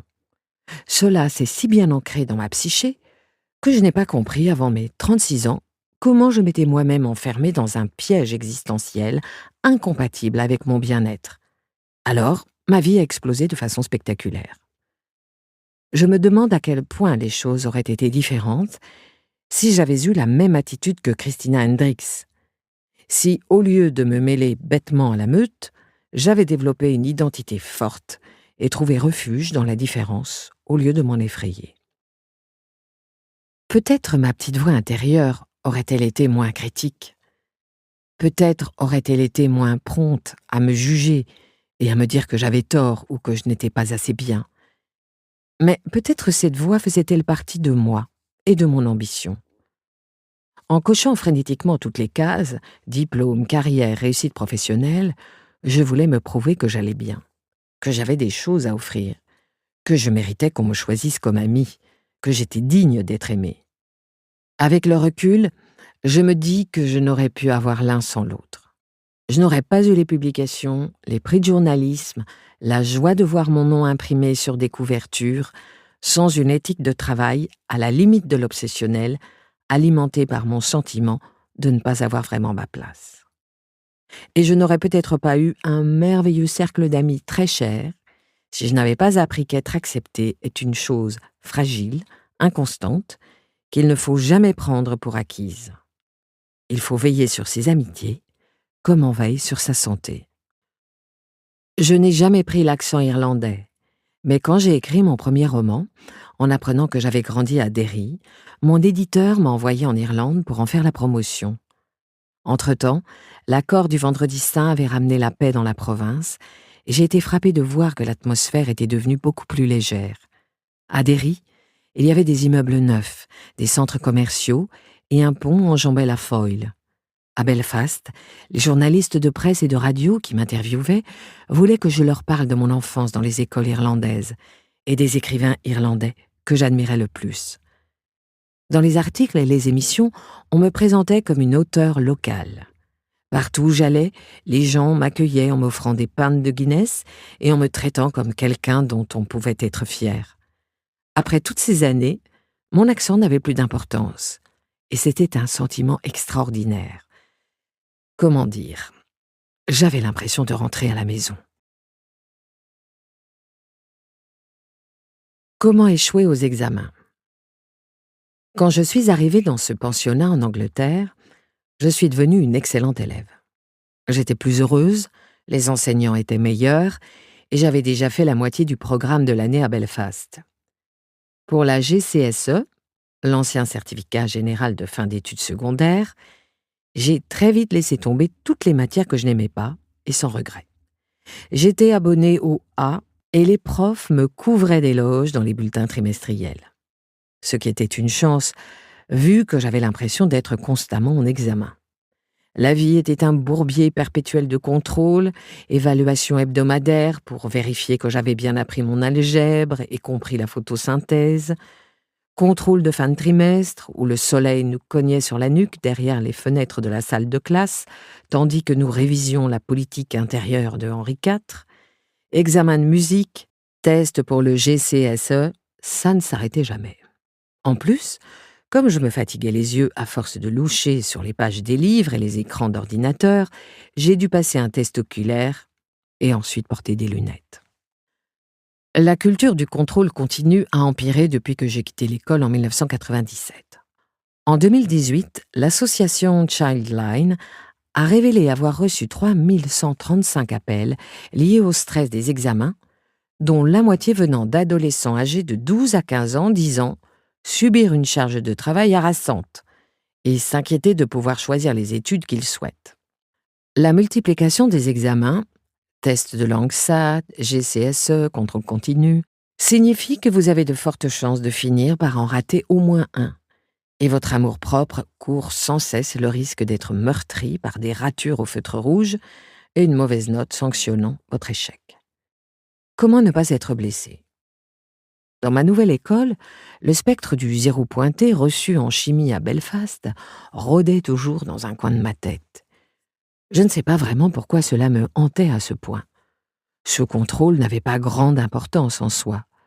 Simplement, j'avais du mal à séparer ma personne de la caricature de moi-même que je m'étais fabriquée à partir de cette note, celle d'une gourde incapable de se rappeler ce qui arrivait au magnésium quand il rencontrait une flamme.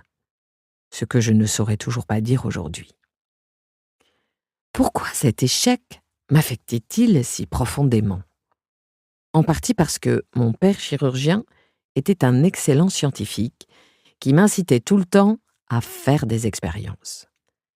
Je me souviens qu'une fois, à 7 ans, il m'a encouragée à rapporter une chauve-souris morte à l'école pour la mettre dans la table de la nature.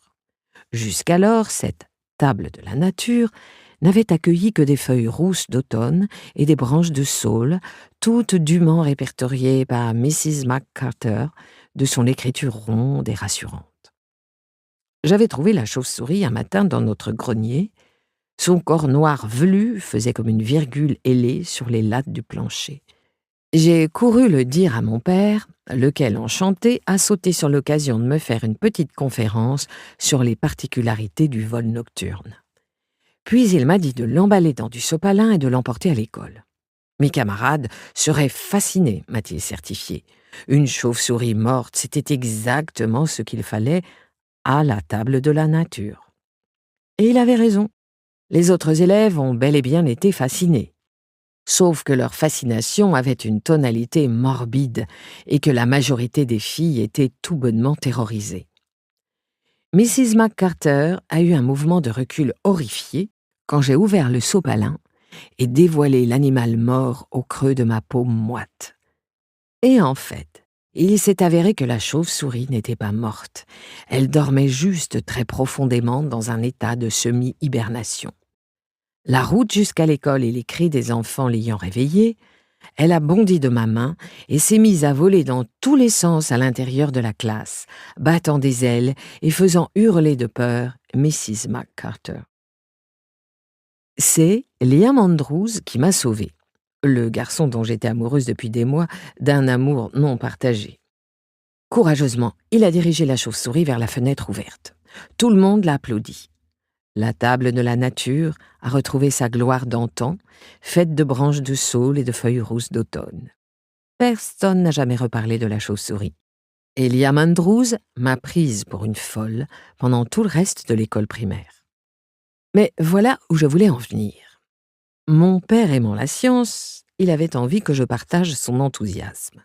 Sauf que je n'avais pas le cerveau fait pour ça. J'avais des difficultés à retenir par cœur les propriétés des éléments chimiques et je n'avais pas vraiment envie de connaître le fonctionnement des entrailles d'un rat ou de savoir comment la chaleur est conduite par une patate dans un four.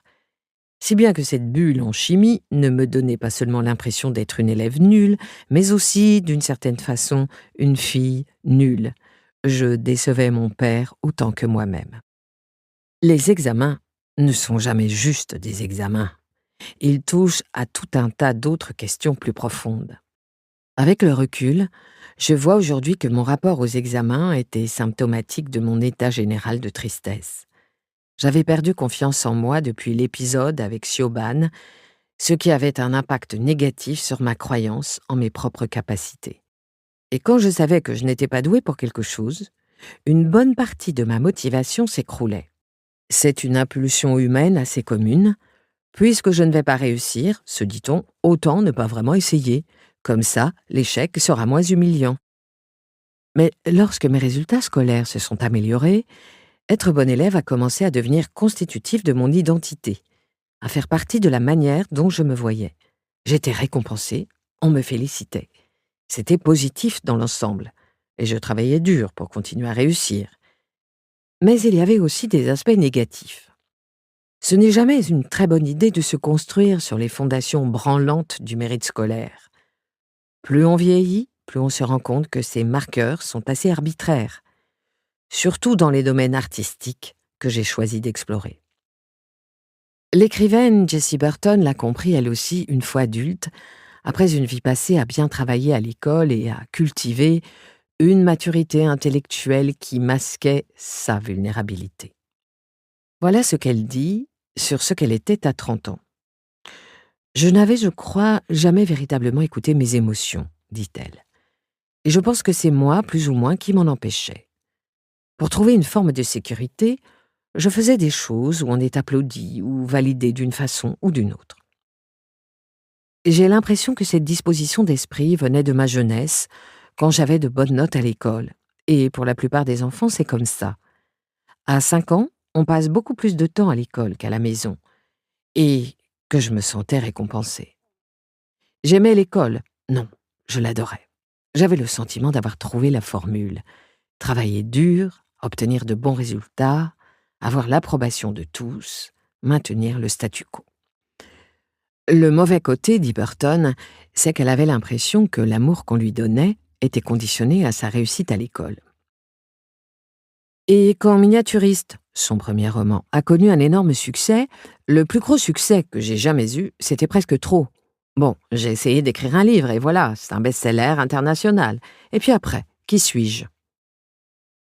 Comme le soulignait Burton avec perspicacité, la réussite scolaire et les résultats aux examens sont des validations externes. Par expérience, je peux dire qu'elles ne donnent pas confiance sur le long terme parce que le jour où on quitte l'école ou l'université, on se rend compte qu'il n'y a plus d'examen ni d'évaluation, à moins d'être architecte ou médecin ou un de ces types de la haute finance qui continuent à devoir passer des tests de résistance comptable compliqués. Une fois adulte, la route devient étonnamment vide de panneaux indicateurs. Il n'y a plus de jury qui vous dit que vous vous débrouillez bien ou que vous avez les acquis nécessaires pour avoir 25 ans.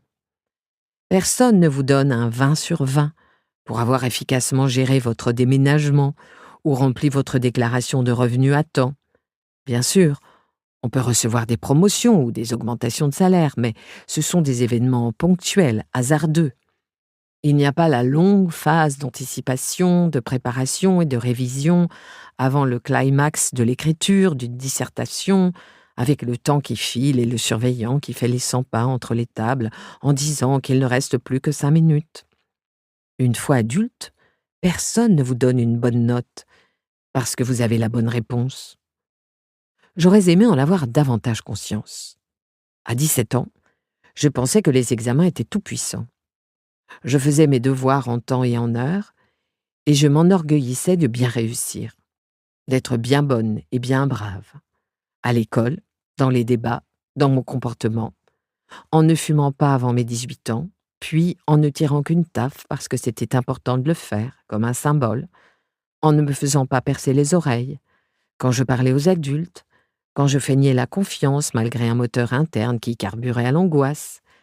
J'étais même assez bonne à la trompette, du moins, tant qu'il n'y avait pas d'évaluation. J'en ai fait plusieurs années avant de me rendre compte qu'il n'y a rien de plus stressant qu'un examen de musique, où il faut se présenter devant un inconnu, réguler sa respiration, puis souffler de toutes ses forces dans un tube en cuivre, en espérant jouer la note juste, tout cela en sachant qu'on n'a nulle part où se cacher quand ce n'est pas le cas. J'étais sérieuse aussi dans mon rôle de secrétaire de l'orchestre de l'école, ce qu'il y a de mieux après jouer soi-même. Et puis un jour, j'ai passé mon permis de conduire et j'ai échoué. Rien de grave, allez-vous dire. Pas de quoi fouetter un chat. Mais cet échec m'a marqué au fer rouge. Il a eu lieu à un moment où je passais d'autres examens dans ma vie. J'avais notamment fait une demande d'admission à Cambridge, où j'allais par la suite obtenir une place. Ces succès sociaux m'avaient amené à croire que j'étais capable de réussir tout ce que je tentais parce que, inutile de le cacher, j'étais gâtée. J'étais blanche, issue de la classe moyenne, avec des parents attentifs, et j'avais décroché une bourse pour un excellent pensionnat où on me faisait profiter d'opportunités, un peu comme on nous distribuait des donuts à la récréation. Nous avions vraiment des donuts tous les jeudis. J'étais persuadée qu'en y mettant du mien, en travaillant dur et en prenant le temps nécessaire, si mes parents payaient en plus ce qu'il fallait, il ne pouvait pas y avoir le moindre problème. La réussite était garantie. En somme, j'avais le sentiment que tout m'était dû. Et je me rends compte que les gens venus d'horizons différents, ceux qui vivent la discrimination à cause de leurs origines ethniques, de leur sexualité ou d'autres choses, risquent de trouver que c'est un exemple assez trivial. Et ça l'est. Mais c'est justement cette trivialité qui révélait la profondeur de mon arrogance. J'ai abordé le passage mon permis de conduire avec arrogance. Pas parce que je pensais que j'étais une conductrice extraordinaire, ce n'était pas vraiment le cas, et la géométrie dans l'espace continue à me jouer des tours aujourd'hui quand je dois me garer, mais parce que j'étais sûre que la réussite aux examens répondait à une équation infaillible. Effort multiplié par intelligence égale récompense. Je savais aussi que tous les autres membres de ma famille, père, mère et sœur aînée, avaient eu le permis du premier coup. D'ailleurs, ma sœur était tellement douée au volant que par la suite, elle a passé un test de conduite avancée pour avoir droit à des bonus sur le prix de son assurance et qu'elle a passé sa vie à plus ou moins émasculer ses amoureux. Elle est aussi très douée pour lire une carte routière, jouer les copilotes, faire de la moto et tirer à la carabine, sport dans lequel elle a même représenté le pays en compétition internationale. Mes cousins, à juste titre, l'appelaient Jane Bond. Être la plus jeune dans une famille où tout le monde réussit oblige à lutter pour être à la hauteur. D'un côté, cela a été un cadeau, j'en ai tiré ma détermination et ma forte éthique du travail, mais de l'autre, j'étais encline à prendre terriblement à cœur un échec dans un domaine où mes parents et ma sœur m'avaient précédé avec succès. Et c'est ce qui s'est passé avec le permis de conduire. Après 20 leçons de conduite en compagnie de Bob, un moniteur d'auto-école doté d'un calme et d'une patience de moine bouddhiste, je me sentais totalement prête. J'avais passé l'examen théorique haut la main en bûchant sur les panneaux routiers et les différences entre feux de position, de croisement ou plein phare. Ne restait plus que le test pratique. Facile, non? Eh bien, en fait, non. C'est assez dur. Je suis tombée sur une examinatrice aux traits austères, sévère comme une statue de l'île de Pâques, mais en moins expressif. Elle est restée imperméable à toute tentative de conversation ou de charme. D'accord, très bien, me suis-je dit, je vais juste conduire parfaitement, elle sera bien forcée d'esquisser un sourire à la fin. Pendant les 20 premières minutes, tout s'est passé conformément à mon plan. Je peux dire en toute honnêteté, même si je roule en voiture depuis une vingtaine d'années, que je n'ai jamais mieux conduit que ce jour-là. Un demi-tour exécuté brillamment, un arrêt brusque géré sans heurts, des ronds-points négociés sans hésitation. Je mettais le clignotant quand il fallait, vérifiais dans mes rétroviseurs comme si j'étais né pour ça, accélérais en douceur sur les routes bordées d'oiseaux qui chantaient joyeusement. Et soudain, sur la route du retour vers le centre, l'examinatrice m'a fait signe de prendre une côte raide. J'ai pouffé intérieurement. Les démarrages en côte, je maîtrisais. J'avais appris à conduire à Malvern, une bourgade réputée pour deux choses, sa source d'eau et ses collines. En Irlande, nous vivions au fond d'une vallée. Bref, j'avais les pentes dans le sang. J'ai monté le raidillon en faisant ronfler le moteur. En haut, il y avait un feu et une file de voitures attendait de s'engager sur la route principale. J'ai ralenti et me suis arrêté en tirant le frein à main. Mais au moment d'avancer, calamité. La voiture est repartie en arrière. Quelques centimètres seulement et j'ai stoppé le mouvement avant d'avoir touché la voiture derrière nous. Mais j'ai su tout de suite que ça ne pardonnerait pas. Malgré ma conduite sans faute jusqu'à cet instant, j'allais être jugé sur ce seul moment d'inattention. J'ai ramené la voiture au parking du centre où Bob attendait, le regard plein d'espoir. Je lui ai fait non de la tête et j'ai senti qu'il se préparait déjà à me dire que ce n'était pas si grave. L'examinatrice s'est tournée vers moi, a défait sa ceinture de sécurité et a prononcé les paroles fatidiques « Je suis au regret de vous informer », comme si elle apportait un télégramme annonçant la mort d'un soldat au front. Je suis sortie de la voiture, à moitié brisée, et Bob a posé sa main sur mon épaule en me disant que c'était juste un manque de chance.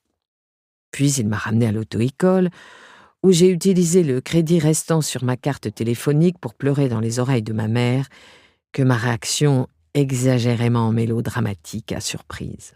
« Tout va bien, disait-elle, tu repasseras le test, ça arrive à plein de gens. » Elle avait raison, bien sûr. C'était juste qu'en échouant à ce test, le personnage que je m'étais construit, ce personnage qui réussissait tous ses examens, s'écroulait complètement.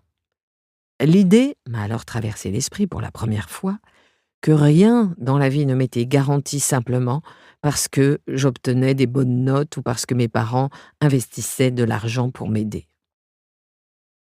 Quand j'ai interviewé l'écrivaine et journaliste Dolly Alderton pour le podcast, elle a raconté une histoire similaire.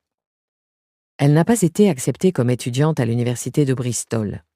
Comme moi, elle avait eu la chance de fréquenter une école privée et elle avait conscience que cette chance était la chose la plus injuste au monde. Je n'étais pas une élève modèle, m'a-t-elle dit. J'étais assez paresseuse et j'ai obtenu des résultats exceptionnels que je n'aurais jamais eus si je n'avais pas été dans une école privée. Je le pense sincèrement, de tout cœur, parce qu'il faut vraiment le vouloir pour tout rater dans une école privée. Tu payes des sommes gigantesques juste pour être dans des plus petites classes où on te consacre du temps, de l'attention et des ressources. Je trouve injuste qu'une fille comme moi, qui serait complètement passée à travers, je crois, dans n'importe quel autre environnement scolaire, ait des opportunités aussi extraordinaires et excelle dans un domaine qui n'est pas superficiel, alors qu'elle a dû être soutenue à chaque pas pour ne pas sortir du chemin. Alderton a terminé son lycée en réussissant à obtenir un C en mathématiques, ce qui lui semblait totalement impossible. Et le jour où elle a déposé sa candidature pour différentes universités, elle avait l'assurance absolue que tout allait être très facile dans la vie, ce qui revient à se sentir en droit de tout exiger. La fac de Bristol ne l'a pas admise. Je n'arrivais pas à y croire. C'est dire à quel point je n'avais jamais connu l'échec. Dans tout ce que j'avais essayé, mes parents mettaient l'argent et le temps nécessaires pour que je sois sûre de retomber sur mes pieds. Que ce soit les concours de danse ou l'entrée dans ce pensionnat privé, ou même mes notes de maths, je n'avais pas fait l'expérience de l'échec. Mais oui, ça a été une bonne leçon, parce que ça m'a fait comprendre à quel point j'étais privilégiée d'avoir reçu cette éducation injuste et littéralement hors du commun. Et je me suis rendu compte que le vrai monde ne ressemblerait pas à ça. Et ce n'est peut-être pas propre aux gens qui ont fréquenté les écoles privées, c'est peut-être une arrogance liée plus généralement à l'adolescence. Mais quelle bonne leçon! En effet, à Alderton, ayant fini à la fac à Exeter, on ne peut pas dire qu'elle ait vécu un calvaire horrible. De même que mon échec au permis de conduire n'en était pas un. Quelques semaines plus tard, j'ai repassé le permis. Par hasard, on m'avait attribué la même examinatrice. Cela m'a semblé si absurde que ma nervosité s'est évaporée. Ce que je trouve intéressant, c'est qu'ayant déjà échoué et affronté la prétendue indignité de cet échec, j'étais libérée de mes propres attentes. Ma famille savait désormais que j'étais une conductrice exécrable, me disais-je, et ça n'allait faire de la peine à personne. D'ailleurs, peut-être qu'échouer à répétition à obtenir le permis de conduire finirait au fil des ans par devenir une sorte d'adorable petite excentricité personnelle, et que je deviendrais le genre de personne écervelée que les gens trouvent drôle et charmante. Aussi ai-je embarqué pour mon deuxième passage dans un agréable brouillard de je m'en foutisme. J'ai fait des tas d'erreurs mineures. Je voyais l'instructrice les noter sur son calepin, mais je m'en fichais. Cette fois, arrivé au démarrage en côte, la voiture avançait sans le moindre recul, mais les erreurs mineures continuaient à s'entasser au point que sa feuille semblait couverte de petits traits noirs verticaux. De retour au centre, je m'attendais à ce que l'examinatrice m'annonce une mauvaise nouvelle. « J'ai le plaisir de vous informer que… » a-t-elle commencé à dire, et j'ai compris que j'avais le permis. La plus grosse leçon que j'ai retenue de tout ça, c'est que la réussite aux examens n'a rien à voir avec les notes qu'on y reçoit. On réussit un examen quand le résultat final ne détermine pas qui nous sommes. Il faut se souvenir qu'on existe hors des mentions en rouge dans la marge, que la vie est en grande partie une collision arbitraire d'événements fortuits ou hasardeux, et que personne ne nous mettra de notes en fonction de la manière dont nous la menons. Depuis, plutôt que de me focaliser sur ce que je crois mériter, j'ai essayé d'adopter cet état d'esprit, de faire l'effort de comprendre qui je suis vraiment, ce qui compte pour moi et quelle valeur m'importe. Après tout, la personne qui décerne les notes peut avoir simplement passé une sale journée, ne pas partager votre opinion sur le rôle de Prospero dans La Tempête ou sur l'assassinat des princes par Richard III. Le coup venait de Henri Tudor, j'en suis sûre. Ça ne veut pas dire pour autant que vous êtes un raté. Bien sûr, je ne cherche pas à dire que les examens n'ont aucune importance, ils en ont. Ils nous obligent à la discipline et à la concentration. De bons résultats peuvent ouvrir les horizons, offrir davantage d'opportunités dans la vie. Ils permettent d'entrer à l'université en choisissant sa filière, en embrassant une carrière, et ils améliorent la confiance en nos capacités. Je ne fais pas partie de ces gens qui, chaque année, au moment des résultats aux examens scolaires, pontifient sur les réseaux sociaux en expliquant que ça n'a aucune valeur et d'ailleurs, écoutez-moi bien les enfants, j'ai quitté l'école avec des notes épouvantables en élevage d'escargots et macramé, mais regardez comme j'ai réussi. Je suis une star de la télé-réalité de 3e catégorie avec 120 000 followers sur Twitter et ma marque personnelle de fringues sur boohoo.com. Non, je pense que les examens sont importants, mais je considère aussi qu'il faut savoir prendre du recul. Personne ne mérite de réussir un test simplement parce qu'il croit le mériter. De même, nous ne sommes pas définis par les examens. Travailler dur et en être récompensé peut simplement nous aider à aller là où nous voulons aller. Et parfois, quand rien ne se passe comme prévu, et que nous sommes forcés d'affronter l'humiliation d'un contrôle de sciences raté ou d'une chauve-souris revenant d'entre les mortes pour voler dans une salle de classe, cela peut au moins nous permettre d'assimiler ces idées, ce qui est en soi un succès. Comment échouer à 20 ans? Je suis allée à l'université de Cambridge. Là-bas aussi, j'ai bien réussi aux examens, ayant pris l'habitude de faire mon maximum pour obtenir toujours les meilleures notes. J'ai aimé le temps que j'ai passé à Cambridge. En bon intello, j'adorais lire Platon, étudier les mémoires de guerre et écrire des dissertations avec des mots de liaison comme « toutefois », dont j'espérais qu'ils me donnent l'air intelligente. Je me trompais. J'ai aussi rencontré ma meilleure amie, Emma. Elle se tenait dans un coin du bar du campus lors d'une soirée de la semaine d'intégration. Blonde, canon, à moitié suédoise, elle était affublée d'un t-shirt portant le slogan « J'aime les bad boys » et avait une pinte à la main. Comme il fallait s'y attendre, elle était entourée d'une nuée de garçons boutonneux qui devaient presque retenir leur langue de rouler par terre. « Je ne sais pas qui c'est », me suis-je dit en allant au comptoir commander un gin Old Lady, mais nous n'allons pas bien nous entendre. Au premier abord, Emma avait l'air de ces filles populaires qui m'effrayaient depuis l'épisode Siobhan. Mais à cet instant, un des garçons que j'avais déjà croisé dans les couloirs m'a fait signe de les rejoindre et nous a présentés. Et Emma s'est tournée vers moi en ignorant tous les garçons qui essayaient désespérément d'attirer son attention, et elle a commencé à citer des dialogues du film Austin Powers. J'ai découvert qu'elle était extraordinairement drôle et qu'elle n'avait pas la moindre idée de sa propre beauté, ce qui était si désarmant que je suis tombée aussitôt amoureuse d'elle, d'un amour platonique. Emma a un humour noir absolument hilarant, d'autant plus étonnant qu'on ne s'y attend pas a priori chez une fille aussi jolie et encore moins chez une psychothérapeute à succès, ce qu'elle est devenue par la suite. Cette contradiction fait partie de son charme personnel. Lors de notre dernière année à la fac, nous avons vécu ensemble dans des chambres d'étudiants. Nous invitions nos amis à des dîners improvisés, même si, n'ayant pas de cuisine, nous étions extrêmement limités dans ce que nous pouvions leur offrir à manger.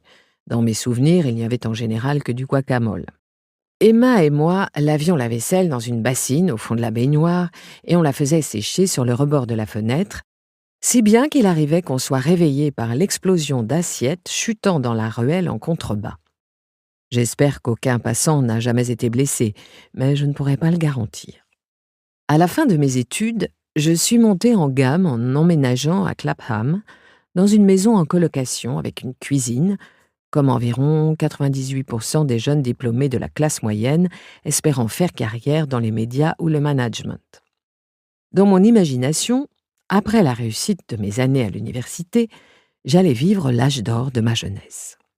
Dans les années 1990, j'étais une fan impénitente de la série This Life, qui racontait la vie et les amours de jeunes avocats d'une vingtaine d'années. Ils avaient des coupes de cheveux dans le vent et débitaient des blagues à la chaîne. Dans This Life, tout le monde couchait avec tout le monde. Les personnages buvaient et fumaient dans leur maison en gardant les fenêtres fermées parce que personne n'aurait pensé à dire qu'il aurait mieux valu éviter de le faire. Je pensais que pour moi aussi, cette décennie des 20 ans se serait déroulée ainsi, dans des chambres à la lumière tamisée, où j'aurais brûlé de l'encens au jasmin et accroché des peintures ou des photos contemporaines au mur. Le matin, à cause de mes soirées, j'aurais eu la gueule de bois, mais une gueule de bois sympa, sexy, un peu comme les filles aux cheveux ébouriffés dans les clips. Je me serais levée, je me serais fait couler un expresso, même si je n'aimais pas tellement ça, et je me serais assise à la table commune pour rire à gorge déployée aux commentaires spirituels d'un de mes beaux colocataires qui aurait sans doute été amoureux de moi, mais ne serait pas encore arrivé à se l'avouer. J'aurais griffonné la liste des tâches pour les dîners de la semaine sur des post-it que j'aurais collés sur le frigo, lequel n'aurait jamais contenu que des bouteilles de champagne, des masques pour les yeux et un pot de fromage blanc sans matière grasse. Et je serais partie au travail en talons hauts, chemisier en soie et jupe crayon, et aussi affublée de lunettes de créateur. J'avais pu me le permettre ayant remboursé mon crédit étudiant. Et d'ailleurs, il aurait fait perpétuellement beau. Ça, c'était mon plan. La réalité n'a pas vraiment été dans la même veine. La maison de Clapham était charmante, de même que mes colocataires, une fille et deux garçons, mais aucun d'eux n'était amoureux de moi, chose impardonnable, et le loyer était absurdement peu élevé. J'avais une chambre à l'étage, sous le toit en pente, avec une fenêtre donnant sur les cours de la rue parallèle à l'arrière. J'avais l'impression d'être James Stewart dans mon film préféré, Fenêtre sur cour, mais sans plâtre à la jambe et sans meurtre. À part ça, pareil. Pour le reste, cette décennie n'a pas été à la hauteur de mes espérances. J'avais rêvé d'une période de légèreté, d'insouciance, où j'aurais pu enfin faire ce qui me plaisait à la fois au travail et dans mes loisirs. Le plus dur, les examens perpétuels, les soirées mousses de mes études, étaient derrière moi, pensais-je.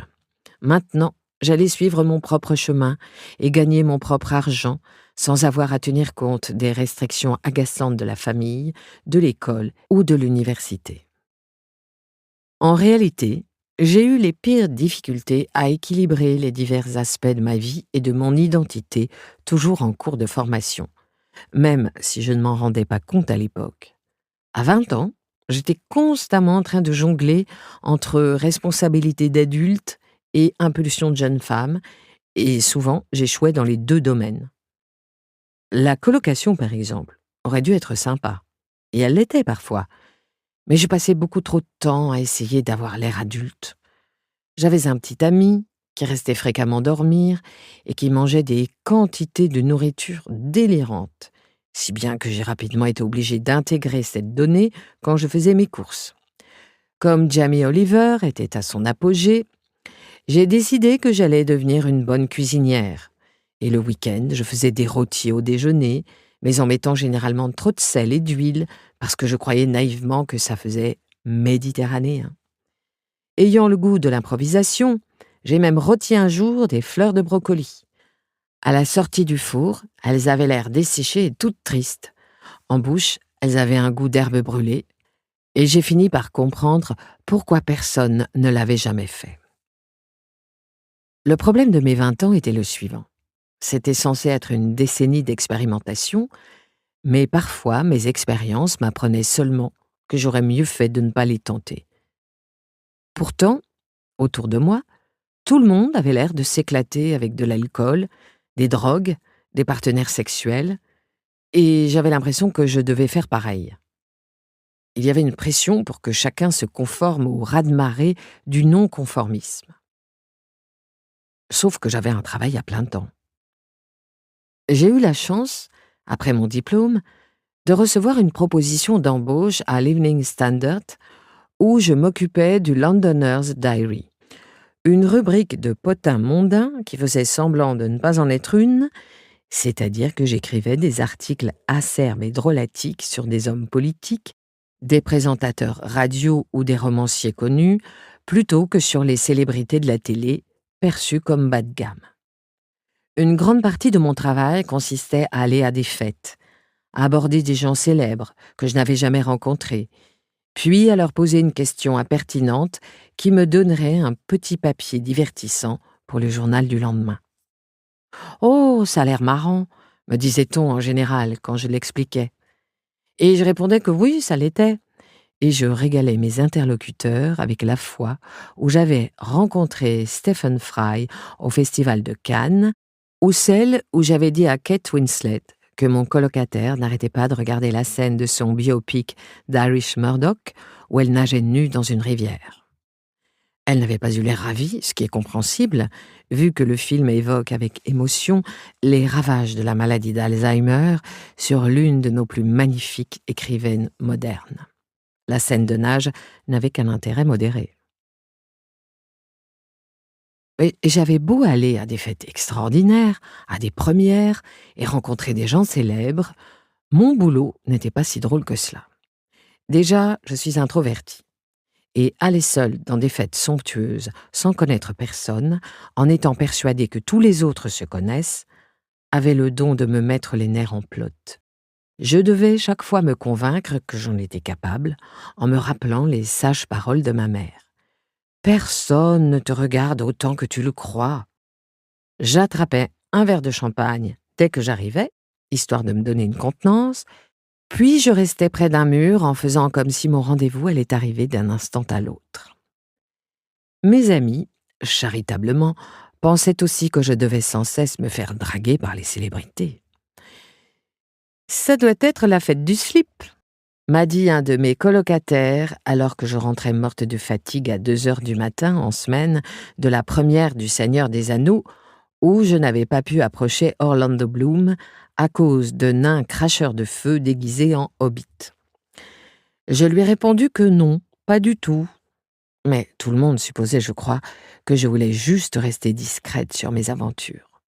En vérité, je ne couchais avec personne que je rencontrais par le travail. Et aucun des hommes que j'ai interviewés n'a jamais essayé de flirter avec moi, sauf peut-être une fois des années plus tard et par email. Le célèbre acteur en question tournait un film sur la côte australienne. Les avantages fiscaux doivent valoir le coup. Et me racontait en détail ses séances de jogging le long de la plage où il récitait du T.S. Eliot. Il n'en est rien sorti. Je ne peux pas sortir avec quelqu'un qui me parle en long et en large de ses exercices, puis me cite de la poésie postmoderne dans la même phrase. Bref, dans les faits, je fais partie de ces gens qui arborent à leur insu un air hautain. En conséquence, durant ma période de travail pour le Londoners' Diary, personne ne m'abordait jamais. Je finissais en général par repérer quelqu'un qui avait une vague ressemblance avec une vedette de télé-réalité, soit un homme ayant tenté de survivre 1 an sur une lointaine île écossaise, soit une fille d'entrepreneur en bâtiment ayant fait la une des journaux pendant 2 mois. Je prenais une profonde inspiration, faisant semblant de m'extasier, et leur demandais qui, d'après eux, allait reprendre le rôle de James Bond dans le prochain film. C'était ma question de base, parce que les Anglais, de façon incompréhensible, sont obsédés par le fait de savoir qui sera le prochain James Bond, et n'importe quelle opinion sur ce sujet exprimée par qui que ce soit est digne d'un article. La plupart du temps, les célébrités se montraient aimables avec moi. Pierce Brosnan et sa femme ont été absolument adorables lorsque je les ai croisés à une cérémonie de remise de prix, et je ne l'ai jamais oublié, même si notre conversation a ressemblé à peu près à ça. Moi: « Alors, Pierce, est-ce que je peux vous demander qui sera le prochain James Bond d'après vous ?» Pierce: « Oh, vous ne pouvez pas me demander ça. » La femme de Pierce: « J'aime votre tailleur. » Moi: « Oh mon Dieu, merci beaucoup, c'est tellement gentil de votre part. » D'autres étaient moins patients. Sur un tapis rouge, lors d'une première à Leicester Square, j'ai eu le malheur de faire un commentaire sur l'élégance du costume d'un acteur qui passait devant moi. « Je viens ici faire la promotion d'un film, et la seule question que vous avez à me poser concerne ce que je porte ?» s'est-il emporté avec véhémence. À quoi j'aurais dû répondre: « Écoutez, les femmes doivent tout le temps répondre à ce type de questions. Je vous traite seulement à égalité. » Mais j'ai rougi comme une pivoine, humiliée, et je suis partie sans même voir le film. À vrai dire, à 22 ans, je n'avais pas assez confiance en moi ou en mes opinions pour ne pas me laisser atteindre par des incidents de ce genre. Mon moi n'était pas ancré. Le moindre vent contraire le faisait vaciller. À cet âge, ma volonté de plaire aux autres était à son maximum. Je croyais à tort que le meilleur moyen de me sentir mieux était que les autres m'apprécient, et j'avais besoin de leur approbation pour vivre. Pour quelqu'un qui a passé son temps à enchaîner les longues relations amoureuses, il y avait là une logique terrible.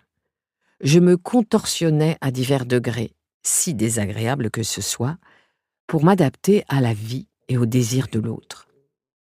Et c'en est parfois même arrivé au stade où, quand un petit ami me demandait où je souhaitais déjeuner, j'étais paralysée par l'indécision. Je préférais ne pas dire où j'avais envie d'aller, de peur qu'il veuille aller ailleurs et qu'il soit fâché. Au bout de quelques années, je ne savais même plus où j'aurais aimé manger, et j'avais donc besoin que quelqu'un d'autre prenne la décision. Je me perdais à force de me précipiter pour former un couple. Résultat, j'avais peur de l'idée même de ne pas être en couple. Entre mes 19 et mes 36 ans,